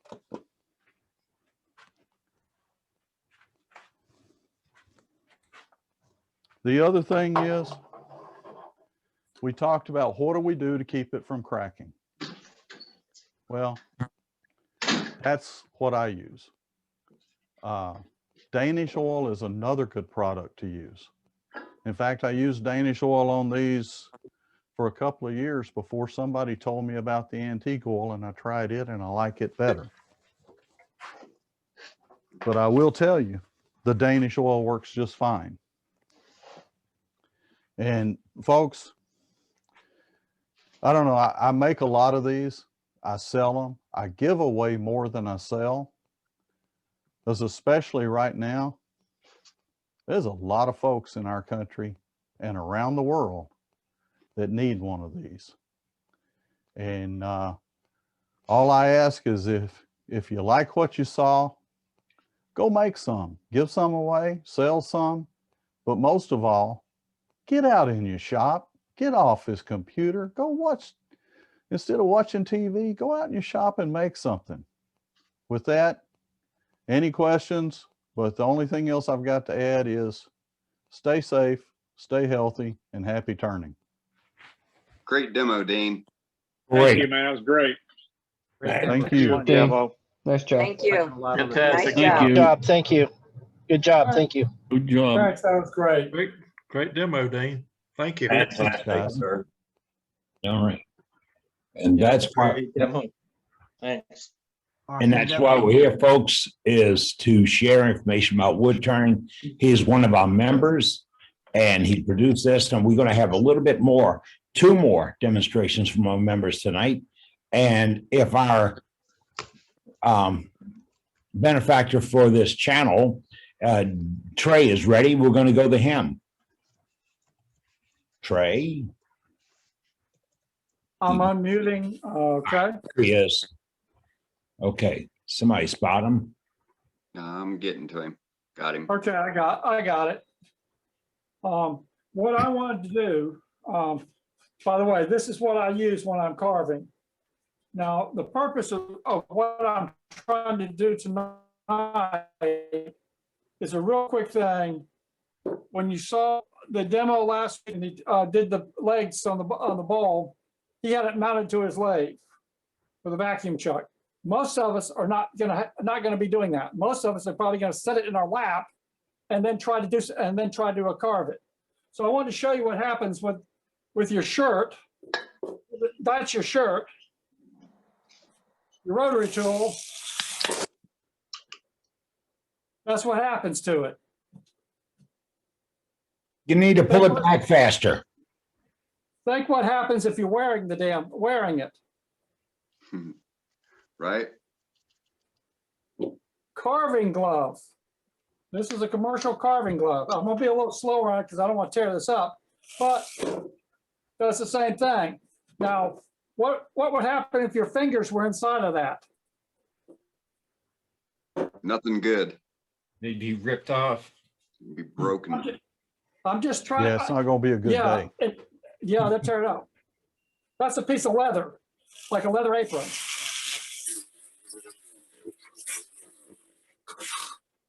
It doesn't blow up like your shirt does. So most of us are going to be carving it on our laps. So get a leather apron. this is, as I say, this is what I carve with. But get a leather apron to do it. Even the small birds will grab it and hurt and do it. Now, The rough side of the apron or the smooth side of the apron? Does it make a difference? well, this one is a suede type apron. It's sort of roughed up, but it's, you know, fairly thick leather. So I'm doing it. The other thing is right now with us in our t-shirts. Let me switch views back to the overhead view. Consider this as your t-shirt. That's your long sleeve in this cold weather. By the way, your arm would have gone in there with it. Or a glove. So watch, pull back sleeves when you're doing any turning around the leg. I just reached over to the part off Sand something. underneath. Yeah. Yep, and then it's grabbed my arm, grabbed it back around here, turned it back, which probably broke my arm in the same process of trying to do it. So I just wanted to, you know, figured a picture's worth 1,000 words in this case. It really is. So I've got a similar apron. My apron came from MSC Direct, and it wasn't very expensive, and it's excellent if you're doing steel work also, or grinding out something, because it doesn't burn like fabric, like your shirt. And don't ask me how I know that. Yeah, right. But anyhow, that concludes the demo. I just wanted to bring it up and show. Oh, I add one thing too. These flex shafts work real well. The best hanger that you can get for them is an old IV pole. It's on wheels. You can roll it up to your lathe. That's what I have over next to my bench over here. It was wedged in, so I didn't pull it out. But an IV pole is great. Adjustable height-wise, rolls around, gets to where you want to, and you can find them pretty cheap. You use ones at estate sales and all that kind of stuff. Half the time they'll give them away because nobody else wants them. And you can Great adjust- object lesson, great object lesson. And you can adjust those things to whatever heights you want them at. Yes, any height you want it at. Yeah. Thank you very much so, Trey. That's a great demonstration. That's what we come to our members for. It's 7:46 Central Time. It's time for us to go to Canada for another demonstration tonight. And if he's with us, let's gear him up. And that's Cade Bolger out of Ontario. And we're going to go to him right now for a demonstration he committed to tonight. I'm right here. Okay. He's in. Found me. Hi, everyone. All right. Everyone's doing well. Welcome to my shop as well. Today, I'm going to demo an egg. It's a fairly, well, it can be a challenging project depending which tool you use. I tend to use a Skew, but like many people, in the beginning, I was scared of the Skew and I would always resort back to a spindle gouge because of all of those beautiful spiral designs you would get when you didn't ride the bevel or you came up off that bevel. So I forced myself to use it efficiently and safely, and just like, I just missed his name. The other fellow said who did the cross was it is a very good tool. It significantly cuts down your sanding if you have any sanding at all. So there are several different skews on the market. There's straight-sided skews, there's round skews, and there are slight radius skews. So the one I tend to use most of the time is a slight radius skew, but I can show you an example of all three. So here I'll just switch cameras here. Here we are. So we have your standard skew. When it comes, it's straight. It's on an angle. It's always ground on an angle, 70-degree angle. When you get it out of the box, it's usually a 25-degree bevel angle on either side. People modify that depending on their height, the height of their lathe, and the length of their arms. This one I use for roughing, turning square stock to round. I do have a round skew, but I tend to not like it. When it comes to a skew, it usually comes down to the wood turner's preference. So this is also a skew, a curved skew. I tend to lean away from this, but it does make a very good negative rake scraper if you need to use a negative rake scraper. The skew I tend to use is a skew with a slight radius. So here is my small 1/2-inch skew, which is usually my go-to skew. Has a 70-degree cutting angle with a 25-degree bevel on either side. Yeah, my camera's, it'll fix itself there. Yeah, so that's the skew I tend to lean towards. And some people say to hone your skew or to grind your skew. I tend to hone my skew. I do grind my skew, but I grind it maybe once every 3 months. And in between that, I hone it. Okay, going to the grinder and sharpening it takes seconds, but also does honing it. And you don't have to move from your lathe and you're right back off to the races. So today I'm going to turn a chicken egg. Here I have several examples of chicken eggs, pheasant egg. Here's a quail egg. And this is a Vivian hummingbird egg, which is the smallest bird egg in the bird family, 8mm diameter, 12 millimeters in length. They're all the actual size of what the actual egg would be in the wild. And you can see the comparison there. So today we're going to turn a chicken egg. And they are great practice for tool control, tool practice, even just to have a play. And they are fairly good sellers. People buy them on their own, or they'll buy several and they put them in a bowl for a centerpiece for their table or their coffee table or whatnot. So we'll get into the demo and I'll be using my curved skews and a parting tool. I won't use my other 2 skews. Well, I like that handle. Got like figured maple. Yeah. You know, if you have 2 of them, I'll give you my address. Yeah, that's a nice quilted figured maple. I played with some color. And this is my brand new 3/4-inch Thompson skew, which I got for Christmas. And I put my slight radius angle on it. Yeah. So actually, I will use my big skew. I won't use my roughing gouge today. I'll show you how to rough it out with the skew. So I'll just move these. I'll use this as a sample. So with a chicken egg is 62 millimeters in length. That's 62 millimeters and 43 millimeters in diameter. So I'm bang on. 43 diameter, 62 length.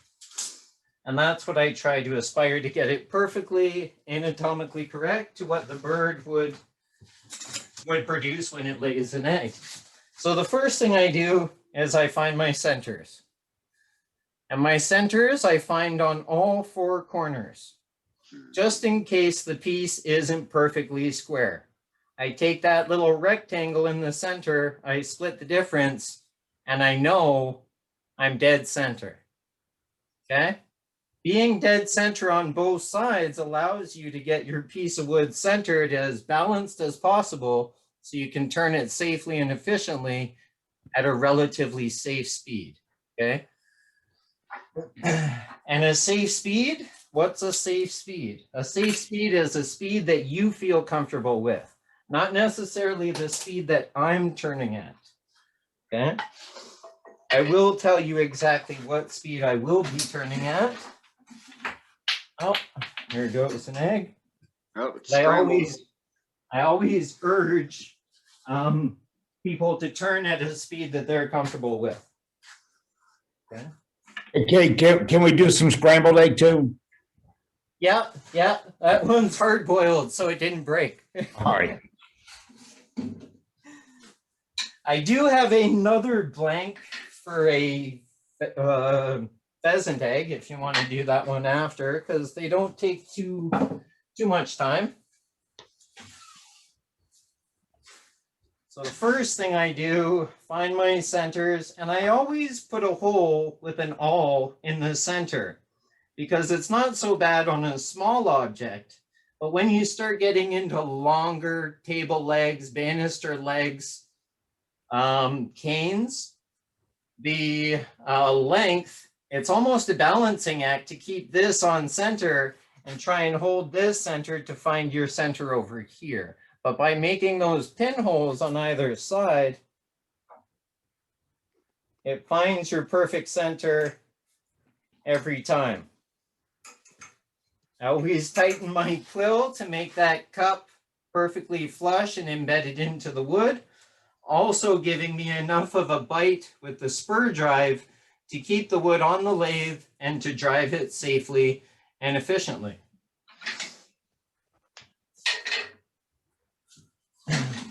When I set up my tool rest, I'm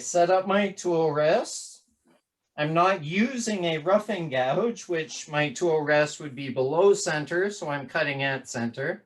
I'm using a skew today. So when you use a skew, you want to be riding at 11 o'clock. So once this is a cylinder and it's circular, think of this face as a clock face. Up top is 12 o'clock, and what you want to be riding across the wood at would be 11 o'clock in a planing cut across those fibers. And I'll show you that now, as well as rough this round. Now, when I rough this round, you can do it two ways. You can come in from the side with a shallow cut of maybe an 1/8 of an inch and plane across the surface, going deeper and deeper until the piece is round. You can also come in and notch off this corner, plateau across. There, now my pen works. You can come in and plateau across, enter in, take that corner off and plateau across. And then again, enter, plateau across, all the way back until eventually this piece is perfectly round. I should have showed you that on the other camera, so I'll show you that again. So you can come in across here, taking a very shallow cut, less than 1/8 of an inch, come across. You don't want to take too heavy of a cut, because depending on the grain orientation, you might cut uphill, but if you take 1/8 of an inch or less, you can get away with cutting straight across the piece. But I tend to, pardon? Cade, your overhead view is backward. Yeah, I was trying to see that too.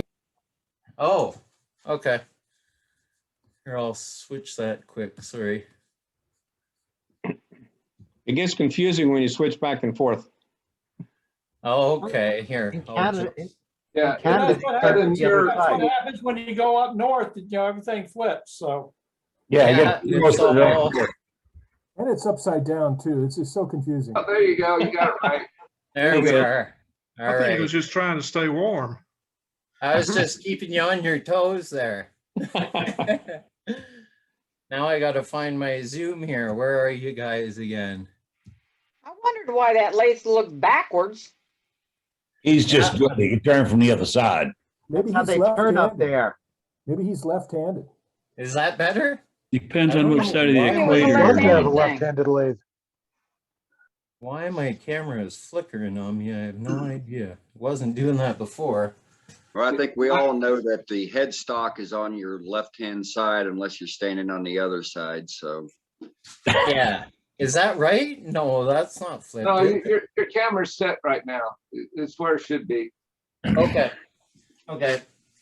So rather than come straight across, I tend to notch the corners off, working my way back to the headstock. So I would enter with the skew, come in and plateau across, all the way back to the headstock until I have a cylinder. And I'll show you that now. I do recommend wearing a face shield at all times and or safety glasses. In small spindle turning, I wear safety glasses. Large bowl turning, live edge turning, anything huge or potential to come off, I wear full face shields. Okay. But I always practice safe lathe practice, and I am always standing off to the side, cutting in this direction, or I am off to the side, cutting in this direction. My face is never directly in the line of fire of the piece of wood that can potentially come off the lathe.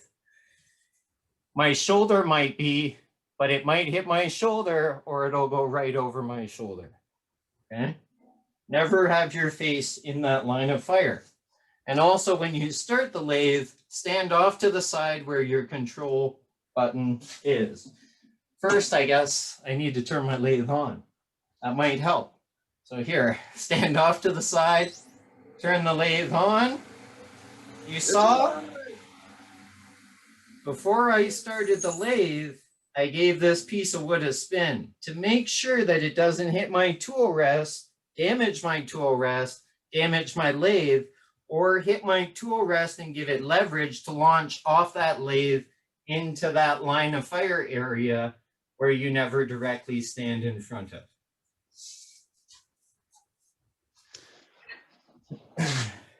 Cade, quickly, can you talk to tool rest height with your skew? Yes. When you use a skew, your tool rest is above that center line. So when you're riding across the surface of this wood fibers, when you're planing across that surface, you're riding at 11 o'clock. So if this was a clock face, straight up's 12 o'clock, you want to be riding across at 11 o'clock. And You want to be slicing, not plowing. You want to be slicing instead of plowing it. Yeah, you're cutting and you're slicing rather than plowing. And when we use a skew, we use it on one of these opposing corners. So if I'm cutting with the toe down and the heel up, I am resting on that opposite corner of that rectangle and I am coming across in this direction.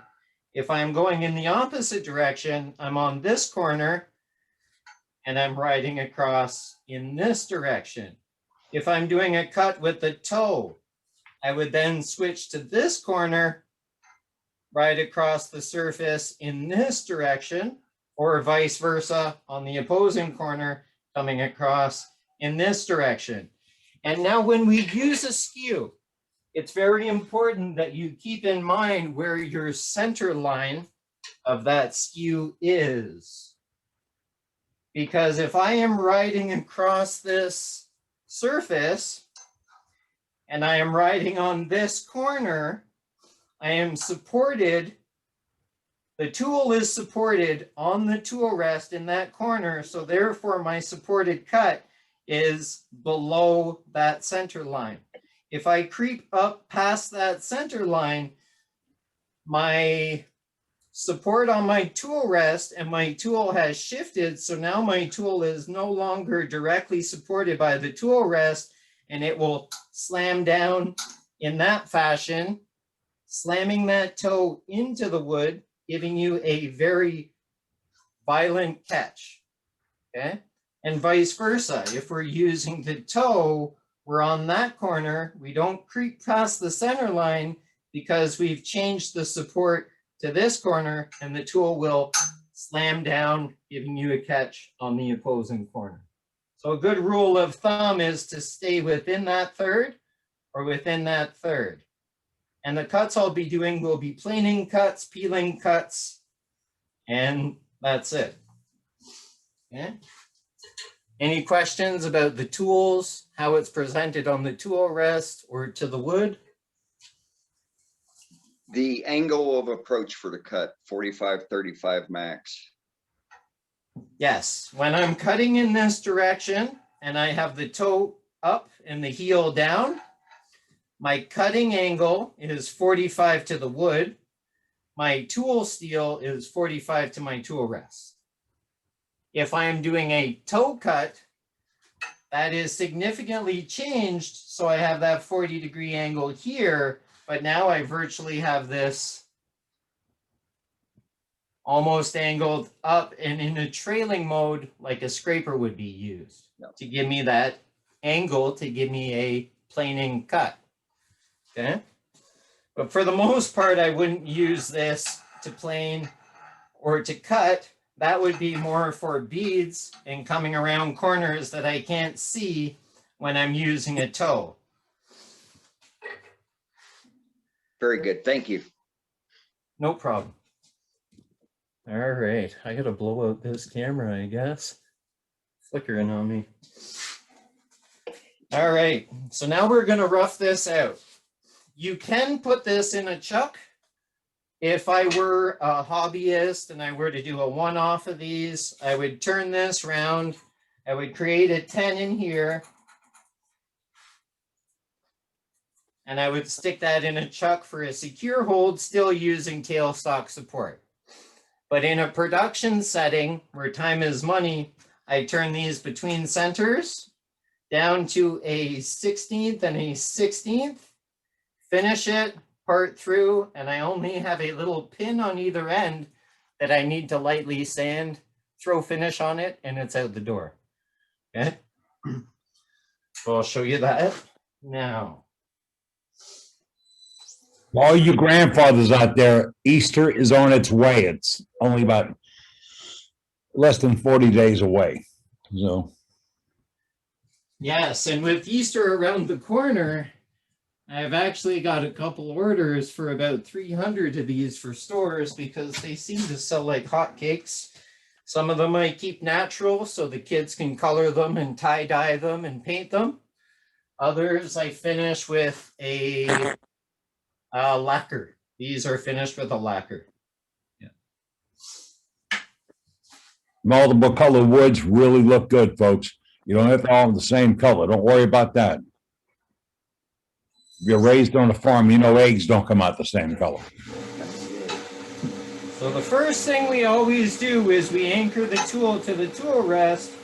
We approach that bevel. We're riding the bevel, it's not cutting. And then we bring the tool back, up, approach that angle of a 45. Now we can see it starting to cut. And then we plane across that surface.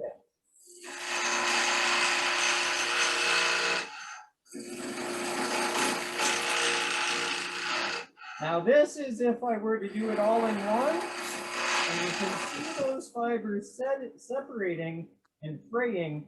If I took a heavier cut, you would have big slivers flying through the air, and they always tend to land in your hand right here. So a very shallow cut if you're going to enter Today is on the Alvin's end grain. birthday. Texted him, yeah. No, I put in a call to him. They were down at the neighborhood. Okay, folks. Just gotten home. Enter, Hold on. and plateau across. You can do that as well.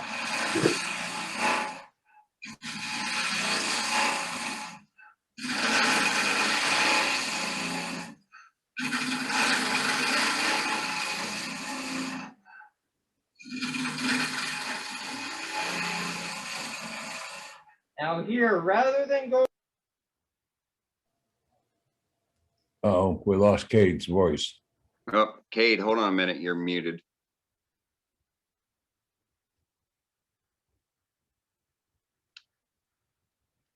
Can you undo it?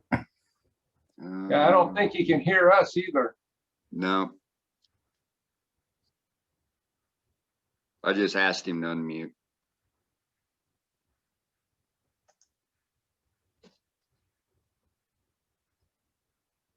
Somebody throw something down and gets attention.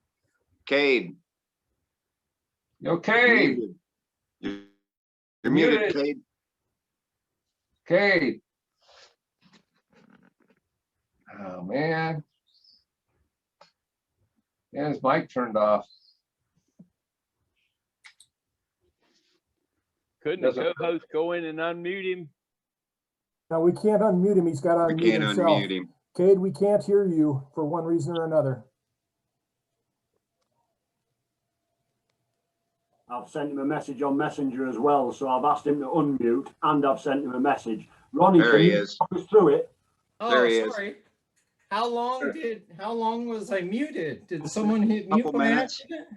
Yeah, about 30 seconds, Cade. Yeah, we had some interference from background noise. Okay. All We're right. going to mention people joining our program. If you just joined in, you may not be on a mute right now. We have most everything's muted out. If you're joining our program, mute your station where you are, and so you can have background noise, talking or whatever. Go ahead, Cade. All right. So what I was saying was I entered on that corner. I came down and I plateaued across, planed and plateaued across. I then entered again, came down and plateaued across. Entered, came in, plateaued across. And now rather than enter here and enter directly into end grain, you saw I came back this way and I exited the end grain, significantly reducing my chance of any catch. Because if you catch end grain, that's where you're going to have a very violent catch. But on side grain, the side grain will break away. So it's not nearly as violent, but that also depends how far you dig that tool into the wood to how violent that catch will be. So now I have that piece roughly rounded. Now I need to take into account my spur drive has a pin that goes into the wood probably 1/4 inch.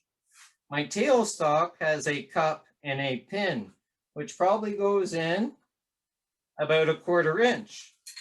So when I cut these blanks, I cut them to 3 inches and 1/4. Hey, Cade, So I when think I'm your done computer. turning this blank, Cade, I think your computer is on and picking up background. You're picking up you speaking. No, that was somebody else. They turned it off. Yeah, Oh, okay. They had the speaker and the mic open at the same time. oh, it might have been my thing here. No, you're okay. Keep going. Okay. All right, so yeah. So I account for the pin on that side and I account for the pin on this side, leaving me with where the egg is going to sit. I have about 2 millimeters to spare. Okay. So the first thing I do is I enter with the toe and I make a cut on that line to give me a visual where the top and the bottom of the egg are going to be. And then from there, I do a series of V cuts. Now, when you use your toe, it's the thinnest part of this tool. So you want to enter and exit as quick as possible. So here, I would enter the wood and exit as quick as possible because I don't want to glue that tip and take the temper out of that tool. Enter, I lift the handle and I release through the wood. I can show you that here. All right, enter the wood, up and release. Okay. So I've done my entry cut, or it could be also known as a stop cut to a turner or to a carver, because we make a cut and we make a following cut to that line, which is a stop cut. And we do a series of those, which are also V cuts.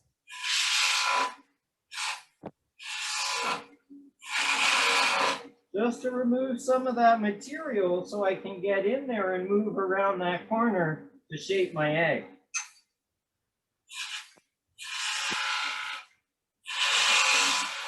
Now keep in mind, if I have this, when I enter into that wood, I have my tool slightly angled.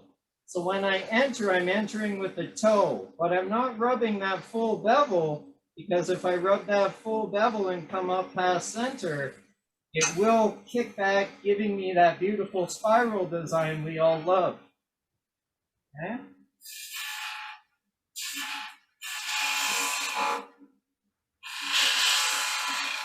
That's pretty good for so far. Now when I do a V cut, you can see my entry is here. I keep the tool there. I angle the tool this way, 45, lift the handle, make my 45 V cut. This side, 45, V cut. Again, again, again.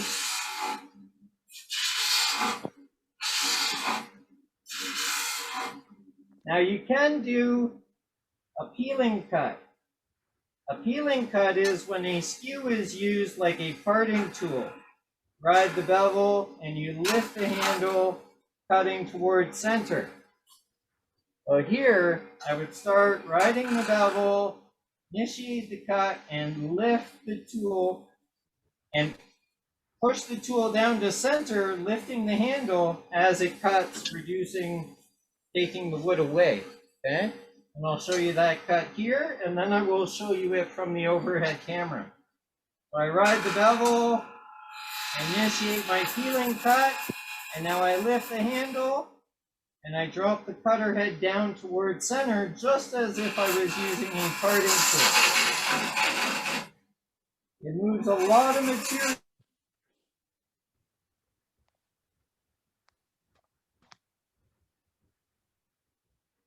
I will show you that cut here. So now I'm riding the bevel, I lift the handle,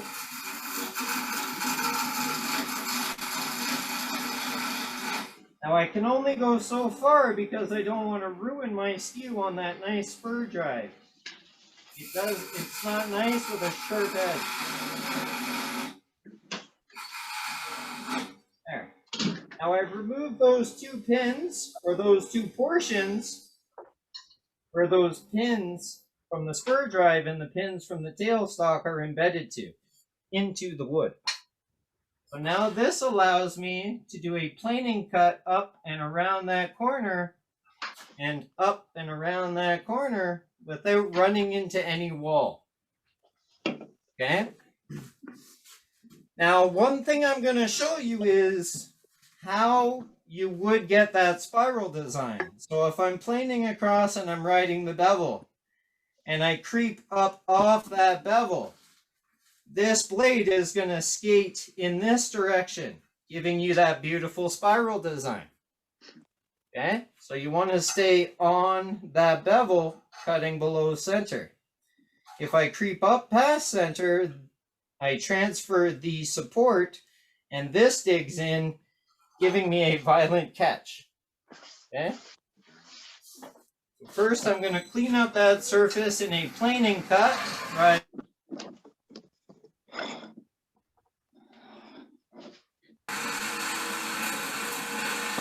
Plane across that surface. You can plane back across this way, giving you a very nice finish. Now I only want that to be 43 millimeters. So right now, I will reduce that as I shape the egg.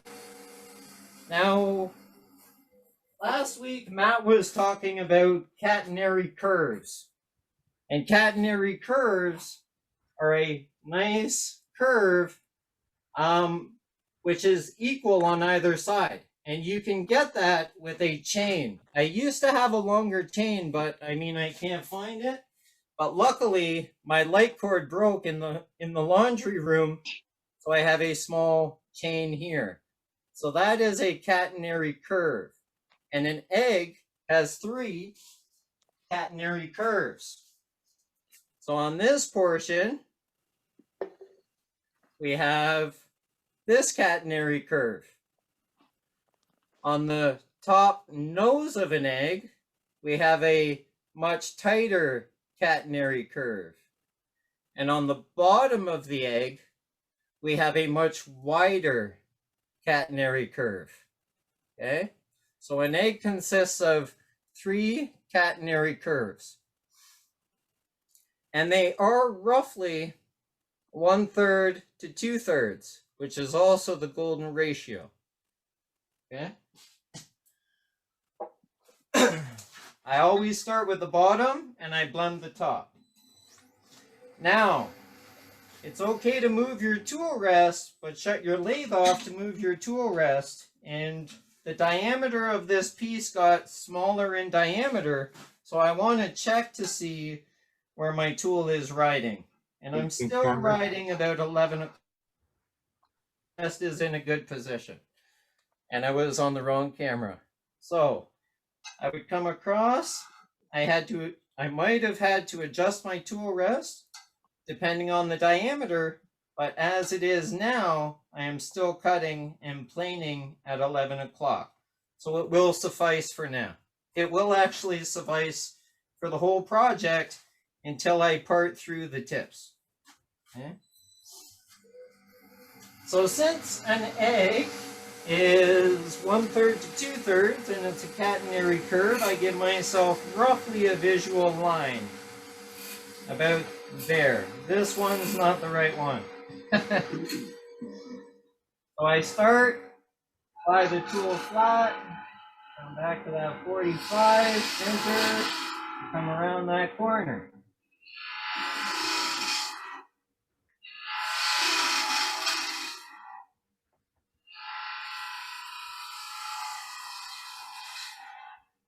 There. It's rough. Actually, here, I'll change to this camera. Not quite there yet because this curve isn't tight enough around that corner.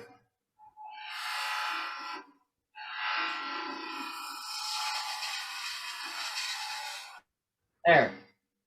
Now we have a nice curve to the bottom of our egg. Now we need to blend the top of our egg. And it's significantly tapered downwards. So I actually, rather than start at the top of the curve, I start behind that and I cut this curve into that curve. Okay.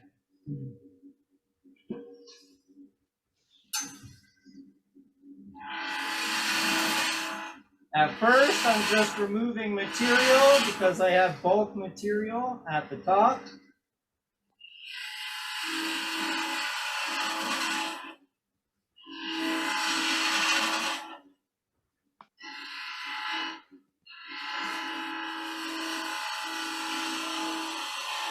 Now you don't have to force the tool. If you have the right angle, you're riding the bevel, the tool will do all the work. And it will give you a really nice finish. There. Now, I'm roughly there. Let's check here. I think I'm still a little big. Yeah, I'm about 2 millimeters big there. But not too much. One more pass and one more pass, it'll be perfect. Famous last words. Right? So now I'm starting behind the curve so I can blend the curve up and around that corner.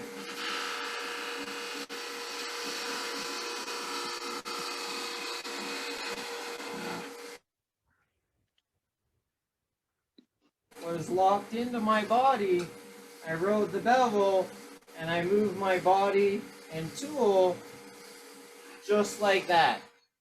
So it's anchored to my body, it has support, it's sturdy. My arms aren't out here in the wind flapping my wings where I can potentially get fatigued, tired, and get a catch.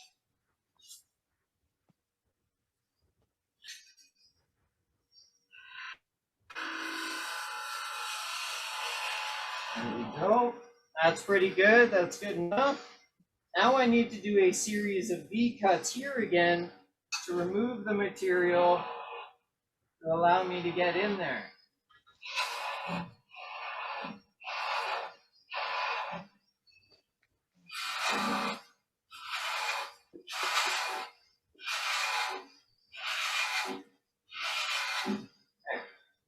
Now I go back and I ride my toe up, heel down, ride the bevel, and I blend the bottom right there. I have too pointy of a curve on this end, so it needs to be slightly less.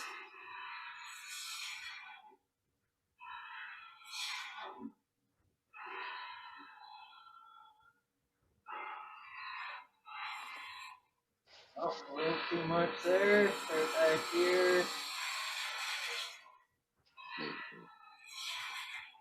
There.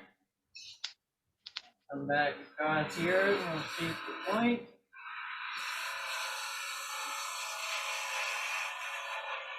Notice those wispies.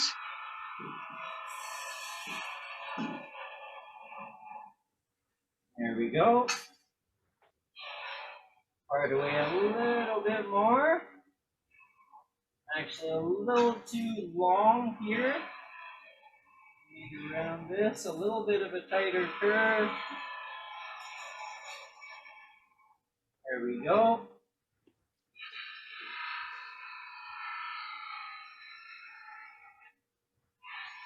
A little bit of a tighter curve there.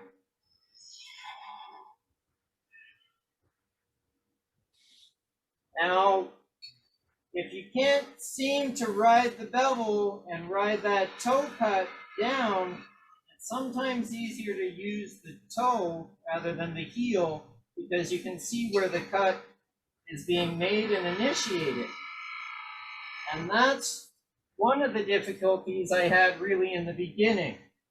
I would always over adjust and bang, there's that beautiful spiral design. So I would always flip it, use the toe, and I can actually see what the cut is making over the heel of the tool. There. Now that's a pretty good shape. Shut my lathe off, remove my tool rest. A very light sand. So this is 320. I start at 320 and I finish at 320. Obviously, when I'm sanding, I would be wearing a full respirator. That'll suffice. Lay it off again to adjust your tool rest. Now I just need to reduce these to 1/8 of an inch to remove the egg, and I do that with the skew. But we can see my tool rest is far too high to cut that away because it's quite uncomfortable for me to have my handle here in such a trailing mode. So I do need to lower my tool rest. So I'm cutting at 11 o'clock because that diameter has reduced. There. And when I reduce this, I reduce it using the toe rather than the heel because when I'm in that tight spot, I can see what the cut is, what the tool is doing at the toe and how the cut is being made. Whereas if I was like this, I can't see over the toe and I can't see what the heel is cutting, and you might be in, and then boom, there's that beautiful spiral design again. Okay, I'll do that quick. And I just reduce that with my skew, cleaning it up here, cleaning it up there. Now I'm only joined by maybe a 16th. Okay, now I do the same over here. There we go. Remove some of the wood so I can get in there. Inch away, inch away. There. I'm at a 16th of a pin on either side. I'll shut my tool rest lathe off, remove my tool rest, start the lathe again, slightly sand that spot. And that spot with the Skew, it takes virtually no sanding at all. There we go. And now I take my thin kerf parting tool, which is a very high-tech piece of equipment. It's an old chef knife I bought at a garage sale for 25 cents. I ground off the blade, I ground a bevel and an opposing bevel. It's tapered on either side, so the only point in contact is the tip, and it is a perfect thin kerf parting tool, 25 cents, garage sale. With this, I need to lower my tool rest slightly to the same height as if I was using a parting tool. So now I enter with my parting tool. There we go. Enter with my parting tool. Now, I mean, you can create a relief cut, but you're removing such, it won't really matter. So now I take this off the lathe,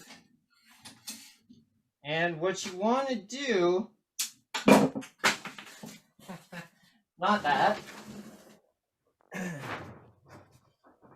want to try and get that off nice and easily, but if this is wedged on there, that's okay. The main thing is, when you break this off, you want to go across the grain. If you go with the grain, depending how this tree grew, you might take that grain away and go uphill, and it will leave you with a big hole or a divot in the top of your egg. But by going across the grain, it snaps off at that tiny pin,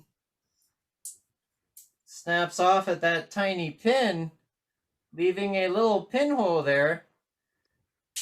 So I only have to sand that down. I don't have a cavity that I have to sand the opposing wall down to or fill it with super glue.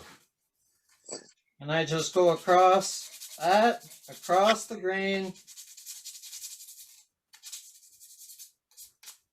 blends it in a matter of seconds.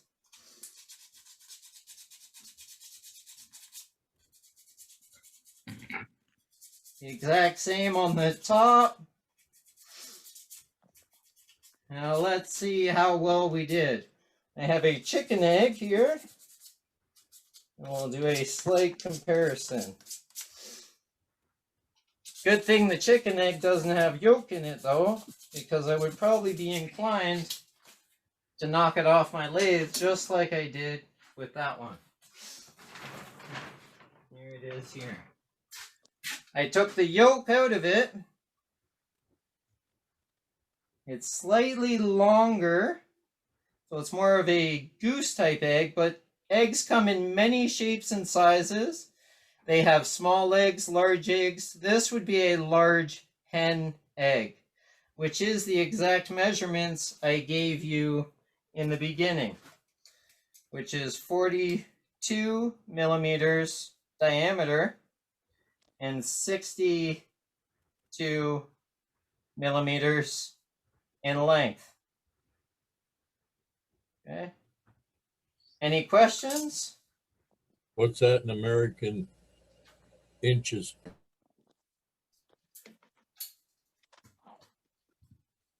.42 is 1.6 inches. And 62 is 2.44 inches. Yes. Hey, I have a question. Go ahead. And here's a couple others. Oh, yeah. What's your question? My question is, do you take the sharp edges off the skew so that they won't catch in the tool rest? Yes, that's a great question. Yes, I do. I Okay. do sand these corners quite significantly. Yes. And you can see here, there's a bevel on that corner. Uh-huh. A bevel on that corner where I ground it off, so it's slightly rounded. Bevel on that corner, and a bevel on that corner. Yeah, You for can the do it on a grinder. You can do it with a rasp or well, not a rasp, a metal file. Or belt sander. Or a belt Yeah. sander. Yep. I did this on my belt sander. And you want to do that because when you get it out of the box, it comes with these very sharp corners. Right. I haven't rounded this one yet because I very rarely use it. But if you do get a catch and you're riding that corner, it creates indentations in your tool rest. And then when you go back to use this tool, you'll glide across, get caught in that groove, and then you're going to wiggle it, try and move it out of that groove, and then bang, oh, catch. Yeah, yeah, because the high-speed steel will always dent the soft metal on the tool rest. That's for the, for the new turners, right? Yes. They need to modify that, or they will have some serious problems. Yeah, trying and to skew. it also, if you put a complete half round on the bottom of that skew, it'll roll better and it will slide better. If you look at that Doug Thompson skew you just got, it's already rounded out of the box, I believe. Yeah, the bottom is rounded. You're gonna love that skew. And the top is square. Yep. I haven't used this one much yet, but I'm sure I will like it. You don't will. like It'll the hold an edge a total. long time. Sorry? It'll hold an edge a long time. All I've done, I've used mine for a long time, and all I ever had to do was hone it. Yeah, I love it. He makes Do you ever really file good down tool. your tool rest? Pardon? Do you ever file down your tool rest with Yes. those edges? Yes, I do. Over time, I mean, you're going to get catches. You're going to get, it might be a bowl gouge, a skew, a scraper, anything that has a sharp corner, or even, it might not even have a very sharp corner. But the tool steel is a lot harder than this cast iron steel. So over time, you will need to just slightly file it. Or what I do, so I don't remove too much material, is I take one of my glue blocks, which is perfectly flat and square. I take some sandpaper and I wrap that around this. And I just go across like that, and then go across that sharp corner and across this sharp back corner, and it works perfect. You want to have a flat edge or a hard flat edge because we don't want to create waves and ripples in our tool rest. You want this to stay flat. Yeah. If you had upgraded to an American-made tool rest, you wouldn't have that problem.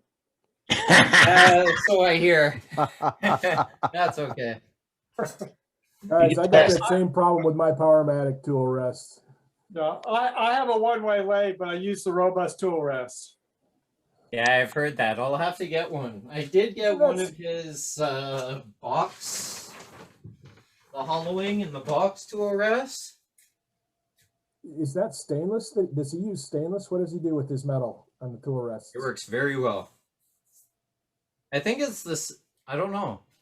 Maybe he hardens it, eh? Yeah, it's very hard stuff. It's a hardened steel. Tempered steel.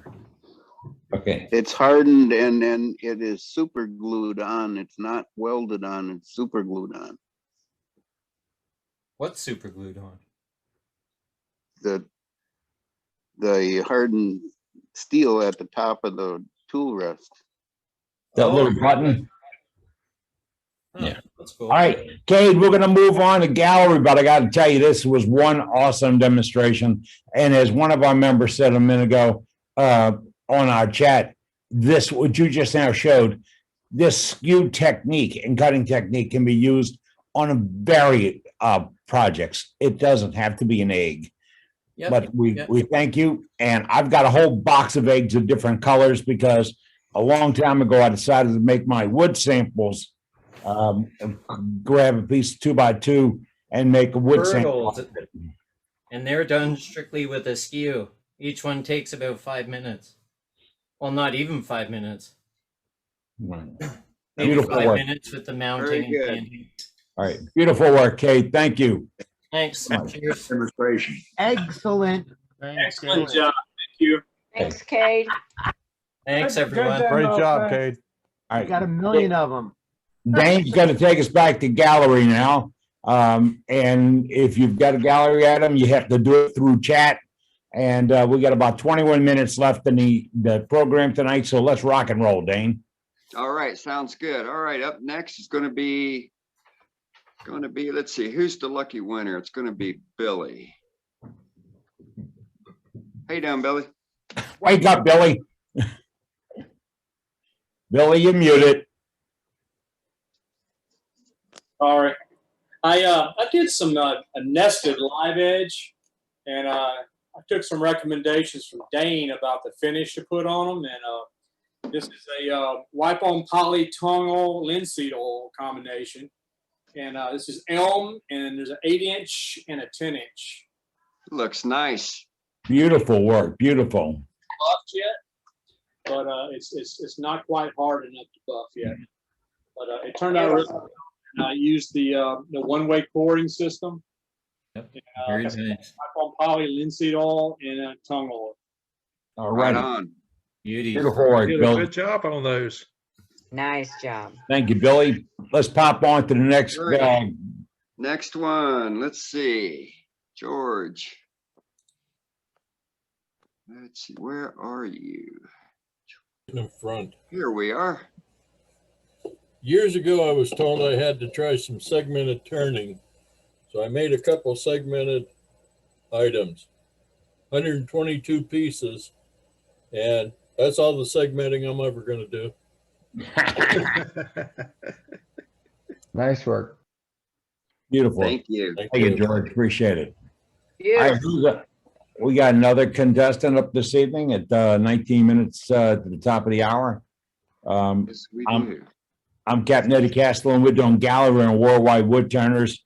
And if you got a piece, put it in chat, and we'll get to you before 9 o'clock.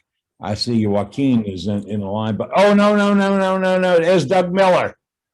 Yeah, I told you guys last week. I gave you a preview of a rough out that came from originally from Mark Soleil, came from him to Elizabeth Ross, who I get some wood from, and she sent it on to me. And the piece turned out to be a piece of camphor.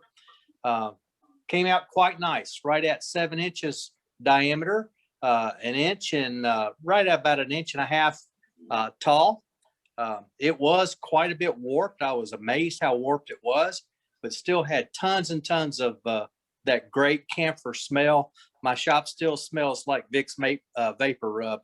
So it came out really nice. It's got a couple of coats of walnut oil on it now. I'll probably soak another couple of coats onto it before I let it cure completely, and then buff it to a bit of a shine. Right on. Very nice. I bet you're breathing a lot better now too. Very nice. It stops me up. Oh, it does. Yeah. All right. But Well, it smells good though. Well, we got a 2x4 contestant coming up here, so let's take a look at this. Hi, Carl. Carl, you're on, sir. You're muted, sir. Back to you. There you Okay, go. I just unmuted. Just a small 2x2 actually that I cut down from the 2x4 and just played with a little bit. I don't know if you can Very nice. see it well. Very nice. Very nice. Good job. Did you do it with Skew? No, actually, I just spindle. Spindle? Right on. Adam, Very good. Thank you. Very nice. Eddie, Thank you. back to Good you, job. Eddie. Okay, I didn't catch his name.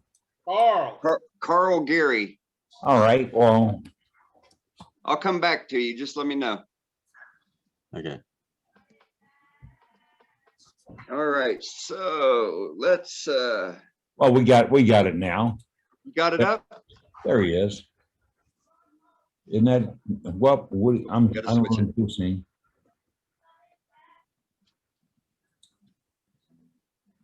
Nope, didn't switch. I don't know. No, that's fine. All right. All right, let's go to Mark Soleil here. He's got something for us. Where's Mark at? Mark, talk to Okay. us. All right, I'll just show you real quickly. Here's 3 more tea lights. And you'll notice that almost all my tea lights, I try to use some knot or a anomaly in the wood, right? That just makes it the focal point a little bit decorative. And that's 1 coat of the Parfix 3408 wiped on, wiped off, and then buffed with Von-X. Very nice. Beautiful work, Mark. It's always nice to do that when you make the defect a feature of the full piece. It's more Absolutely. I like to do that. Nice shine. beautiful. Yes. All right, next up is Rick Barnes. I think I lost you. No, you're here. Okay, well, We see ya.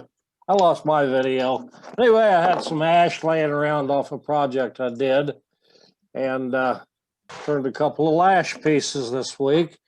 A couple little lid duties and a little sipper. Back them up. We can't see them. Hold up a little higher by your head. There you go. Oh, there. Oh, that's nice. That's the little Nice. bourbon slipper. And then just a little lid joint here. Worked out pretty well. Can't see I it. can't see that I'm one. sorry. How's All right. that? That's it. Hold it up a little bit Over there. higher. A little higher. A little higher. A little higher. There you go. And that was Ash? Ash with CA finish. Right on. One of Very my nice. Got the grain lined up and everything. Very good. Yeah, I got lucky. All right. Sir, all right, we got a few more gallery items. Who's up? Nice job. Hey, looking for John Brown now. John, where are you? Go ahead and start talking to us, John. Hey, here I am. It's some more of my Christmas ornaments, and they're round discs. They're made up from 2x4s, and that's chatter on the end there with a chatter tool and a Wagner kind of a spiraling tool or a texturing tool on that one. And then the back of it is with the Sorby spiraling tool on the outside edge and the Wagner tool in the center of it. And I'll put a little eye pin in the sides of it, and you can hold them up then. If you put an eye pin up here in the top edge of it, and hang it on a tree. And I have other ones here that's about the same way. I don't know whether we can get them on there or not. Yep. Oh, yeah. We see them. Yeah, and 3. But here's a mandrel like I used to turn them on. And the pin on that one's too long. I left it that way to show these tonight. But here's a little bitty things that go on I make a little pin to go on the inside, a little button to go in those holes to fill them in. I don't know whether you can see that or not, anyway or not. Right? Yeah. Yeah, there's a little button for to go in the holes. My fingers don't work good enough to pick them up and put them in right now. But I'll have to pick them up with tweezers, put a little glue in it, and glue them on. I'll probably make 25 to 50 of those before Christmas time here. I have a couple charities that I give these to for on their Christmas trees. Beautiful Nothing work. like an early start. But that's what I didn't think you could do it on with the soft 2x4 wood, but they're 2x4s. All right. Good. Beautiful. All right, thank you, That is John. beautiful. And just felt tip markers, artists felt tip markers. Dustin, you're up. How you doing, buddy? Unmute. Oh, not too bad. So I finally got my lathe up and running. I converted it to a treadmill motor. Right. So the other motor finally gave out on me, and I'm actually really liking it. Good speed control. So I had a piece of fogwood, and it was actually a crotch on a tree at one time. So You got a this couple was my- eyes in there. yeah. It's got one little flat spot where it had been cut, but I didn't want to take out too much of it. So Sure. No, very Did nice. you do It's something nice to hold it? That Did you gives do it more something to hold it character. together while you were doing that so it didn't fly apart? The tenon was really good and solid, so Okay. that I had on the bottom, but yeah, it turned out pretty nice though. So that's the, so that's the I'm first, just glad to be back working at the lathe again. yeah, On the right. Yeah, On the inside of that bowl, it looks like a face. Turn it over. No more. It's like E.T. There you Turn it a go. little It bit. does. I see it Like a too. frog. See the eyes on the right? Like a frog. Yeah, I see it. And then a little nose spot. Kermit the Frog. Yeah, turn it a little more. the frog. There you go. There it is. There it All right, is. very good. All right, moving along. And smoking a All pipe. right, Go to Nice. Joaquin. thank you. Joaquin, Yes, how sir. we doing tonight, buddy? Well, this is very appropriate for my club. There's about 5 of us watching tonight. And our challenge is to turn eggs for the Children's Hospital and get them and take them to them. And I've done a few of them. This is spalted maple or something here. But what I'm thrilled about is I discovered the kaleidoscope egg. This is a segmented piece egg. And you buy this kit, you turn it on your pin mandrel, and it's got the little crystals in it. You just roll it and they change different positions. I'm really excited about giving them away to the kids. They're a beautiful toy. They really are. Yeah, kaleidoscopes. Yeah. And it's, you get, this is part of the kit. You need a 13/16 Forstner bit. Drill it, put it on your mandrel with bushings and turn it. And it's fantastic. Thank you. Thank you, Joaquin. Great. Thank Nice you. job. Very All right, nice. let's go to Fort Worth. Tim, how are you? Tim, you're on. Hello. This is my first time on here. I came across a guy who had a pile of firewood when I first started turning, and he said it was too bad to even burn. He was going to throw it in a ditch, so he gave me all the sycamore, and this stuff was completely ruined. Look at that. It's just full of lime. And That's so, beautiful. thanks. That is I turned this for my wife, and That's she put gorgeous. flowers in it. Oh, I So love that. Yeah, that she does just look loves sitting good. around, and she changes it for every season. So Nice. She's a happy Love lady. it. I'll take ruined wood like that all the time. yeah, I got Yeah. a little bit more, Send but as much as you want to me. and then I had Yeah. another guy gave me some hard maple, and he said it was too thin to work with, so I made a platter out of it. And there's the back, and then the front I did a die All on it right. with a lacquer Gorgeous. finish. Nice. Very Very nice. nice. Wow. That's It really doesn't want nice. to focus Nice on that. shape. Thanks. Did you That's show good. it to him?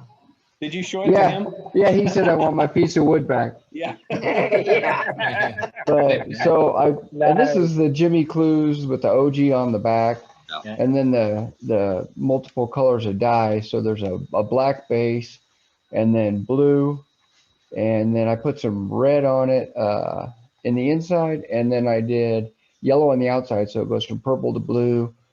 I'm backwards here. There we go. It goes from purple to blue to green to match our color scheme.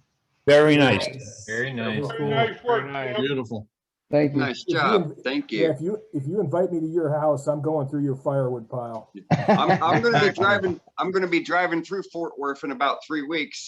So I'll hit you up for your address for some of that sycamore. Yeah, tons of that stuff up here. All right. Thanks. Thank you. Thank All you. right, Dan, you're up. Here. Dan. Yeah, can you hear me? Yeah. Yes, sir.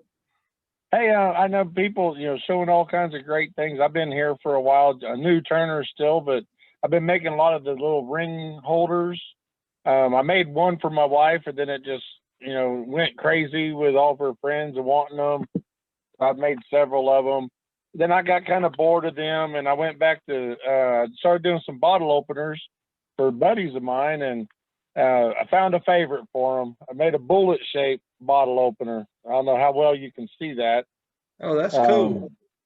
Oh, With the metallic or the gunmetal opener on it. And I've done it by specifications off of a 270 shell and just enlarged it. And it's a big favorite for all the guys. So now I've got plenty of requests to make those now. But I just Nice. wanted to say I've been here for, not since the beginning, but I know people show the impressive things, and I love watching the impressive things, but I'm still learning. And I do things like this, and I'm learning the tools. And I love making little things, and it makes people happy. And it allows my wife to honestly allow me to spend more money on tools.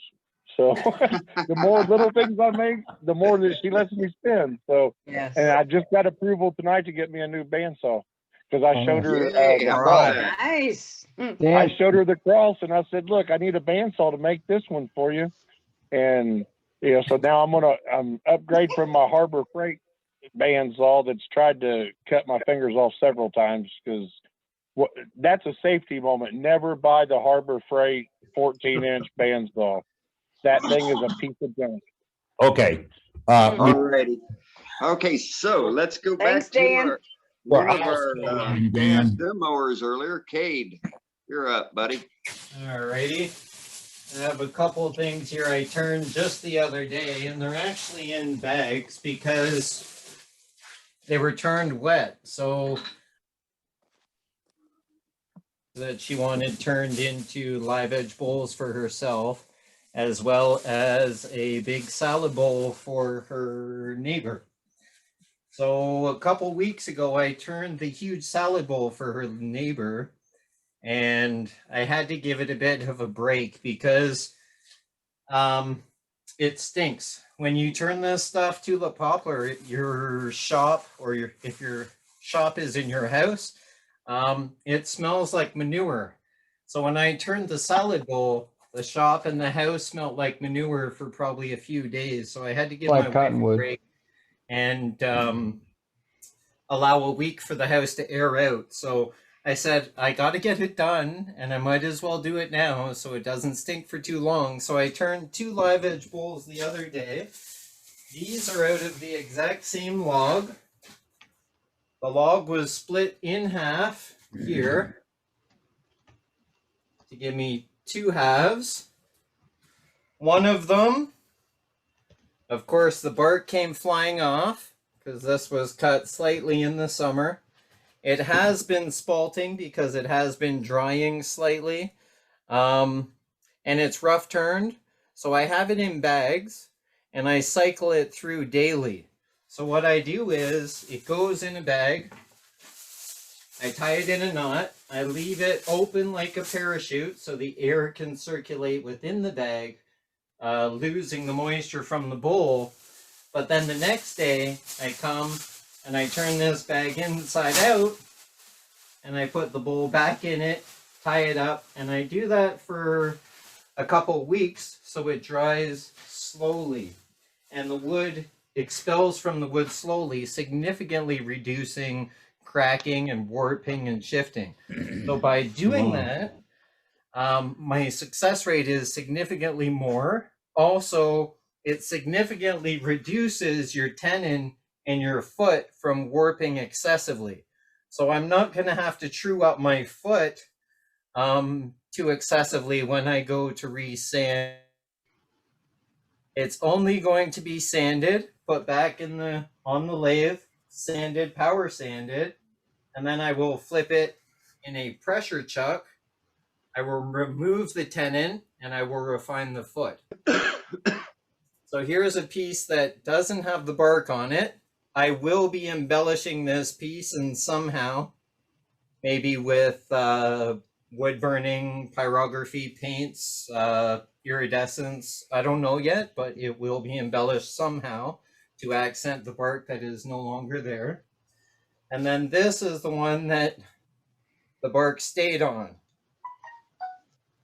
It's still drying. You can see some of the moisture in here and here. It's starting to spalt slightly, but I mean, that adds character as it dries. And it will be quite nice when it's done. I will show it again when it's all done and shiny and I can see myself in it, but that's it for now. Thank you. My house smells like a cow barn probably for a couple days. That's Your okay. wife thanks you. Yeah, I hear about it. We're just about ready to wrap it up tonight. Dane, do we have a quick one? No, that's it for the list tonight. Wow, timing was perfect. Timing. I've got a. Dan You Rose- missed I've got a- me. I've got a Dan Roselle on here who could. Oh, Dan showed his. Oh, he did. Okay.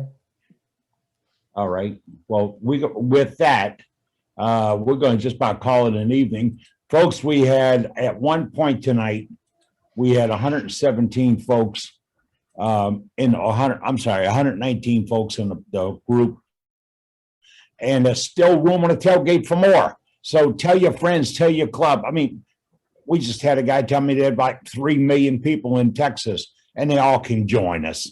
Not just You know what? Hey, Eddie, I think we might have missed one. I think I missed Larry Garber. Larry, you still there? Yeah, I'm still here. All right, you get to end the show. Okay, thank you. Save the best for last.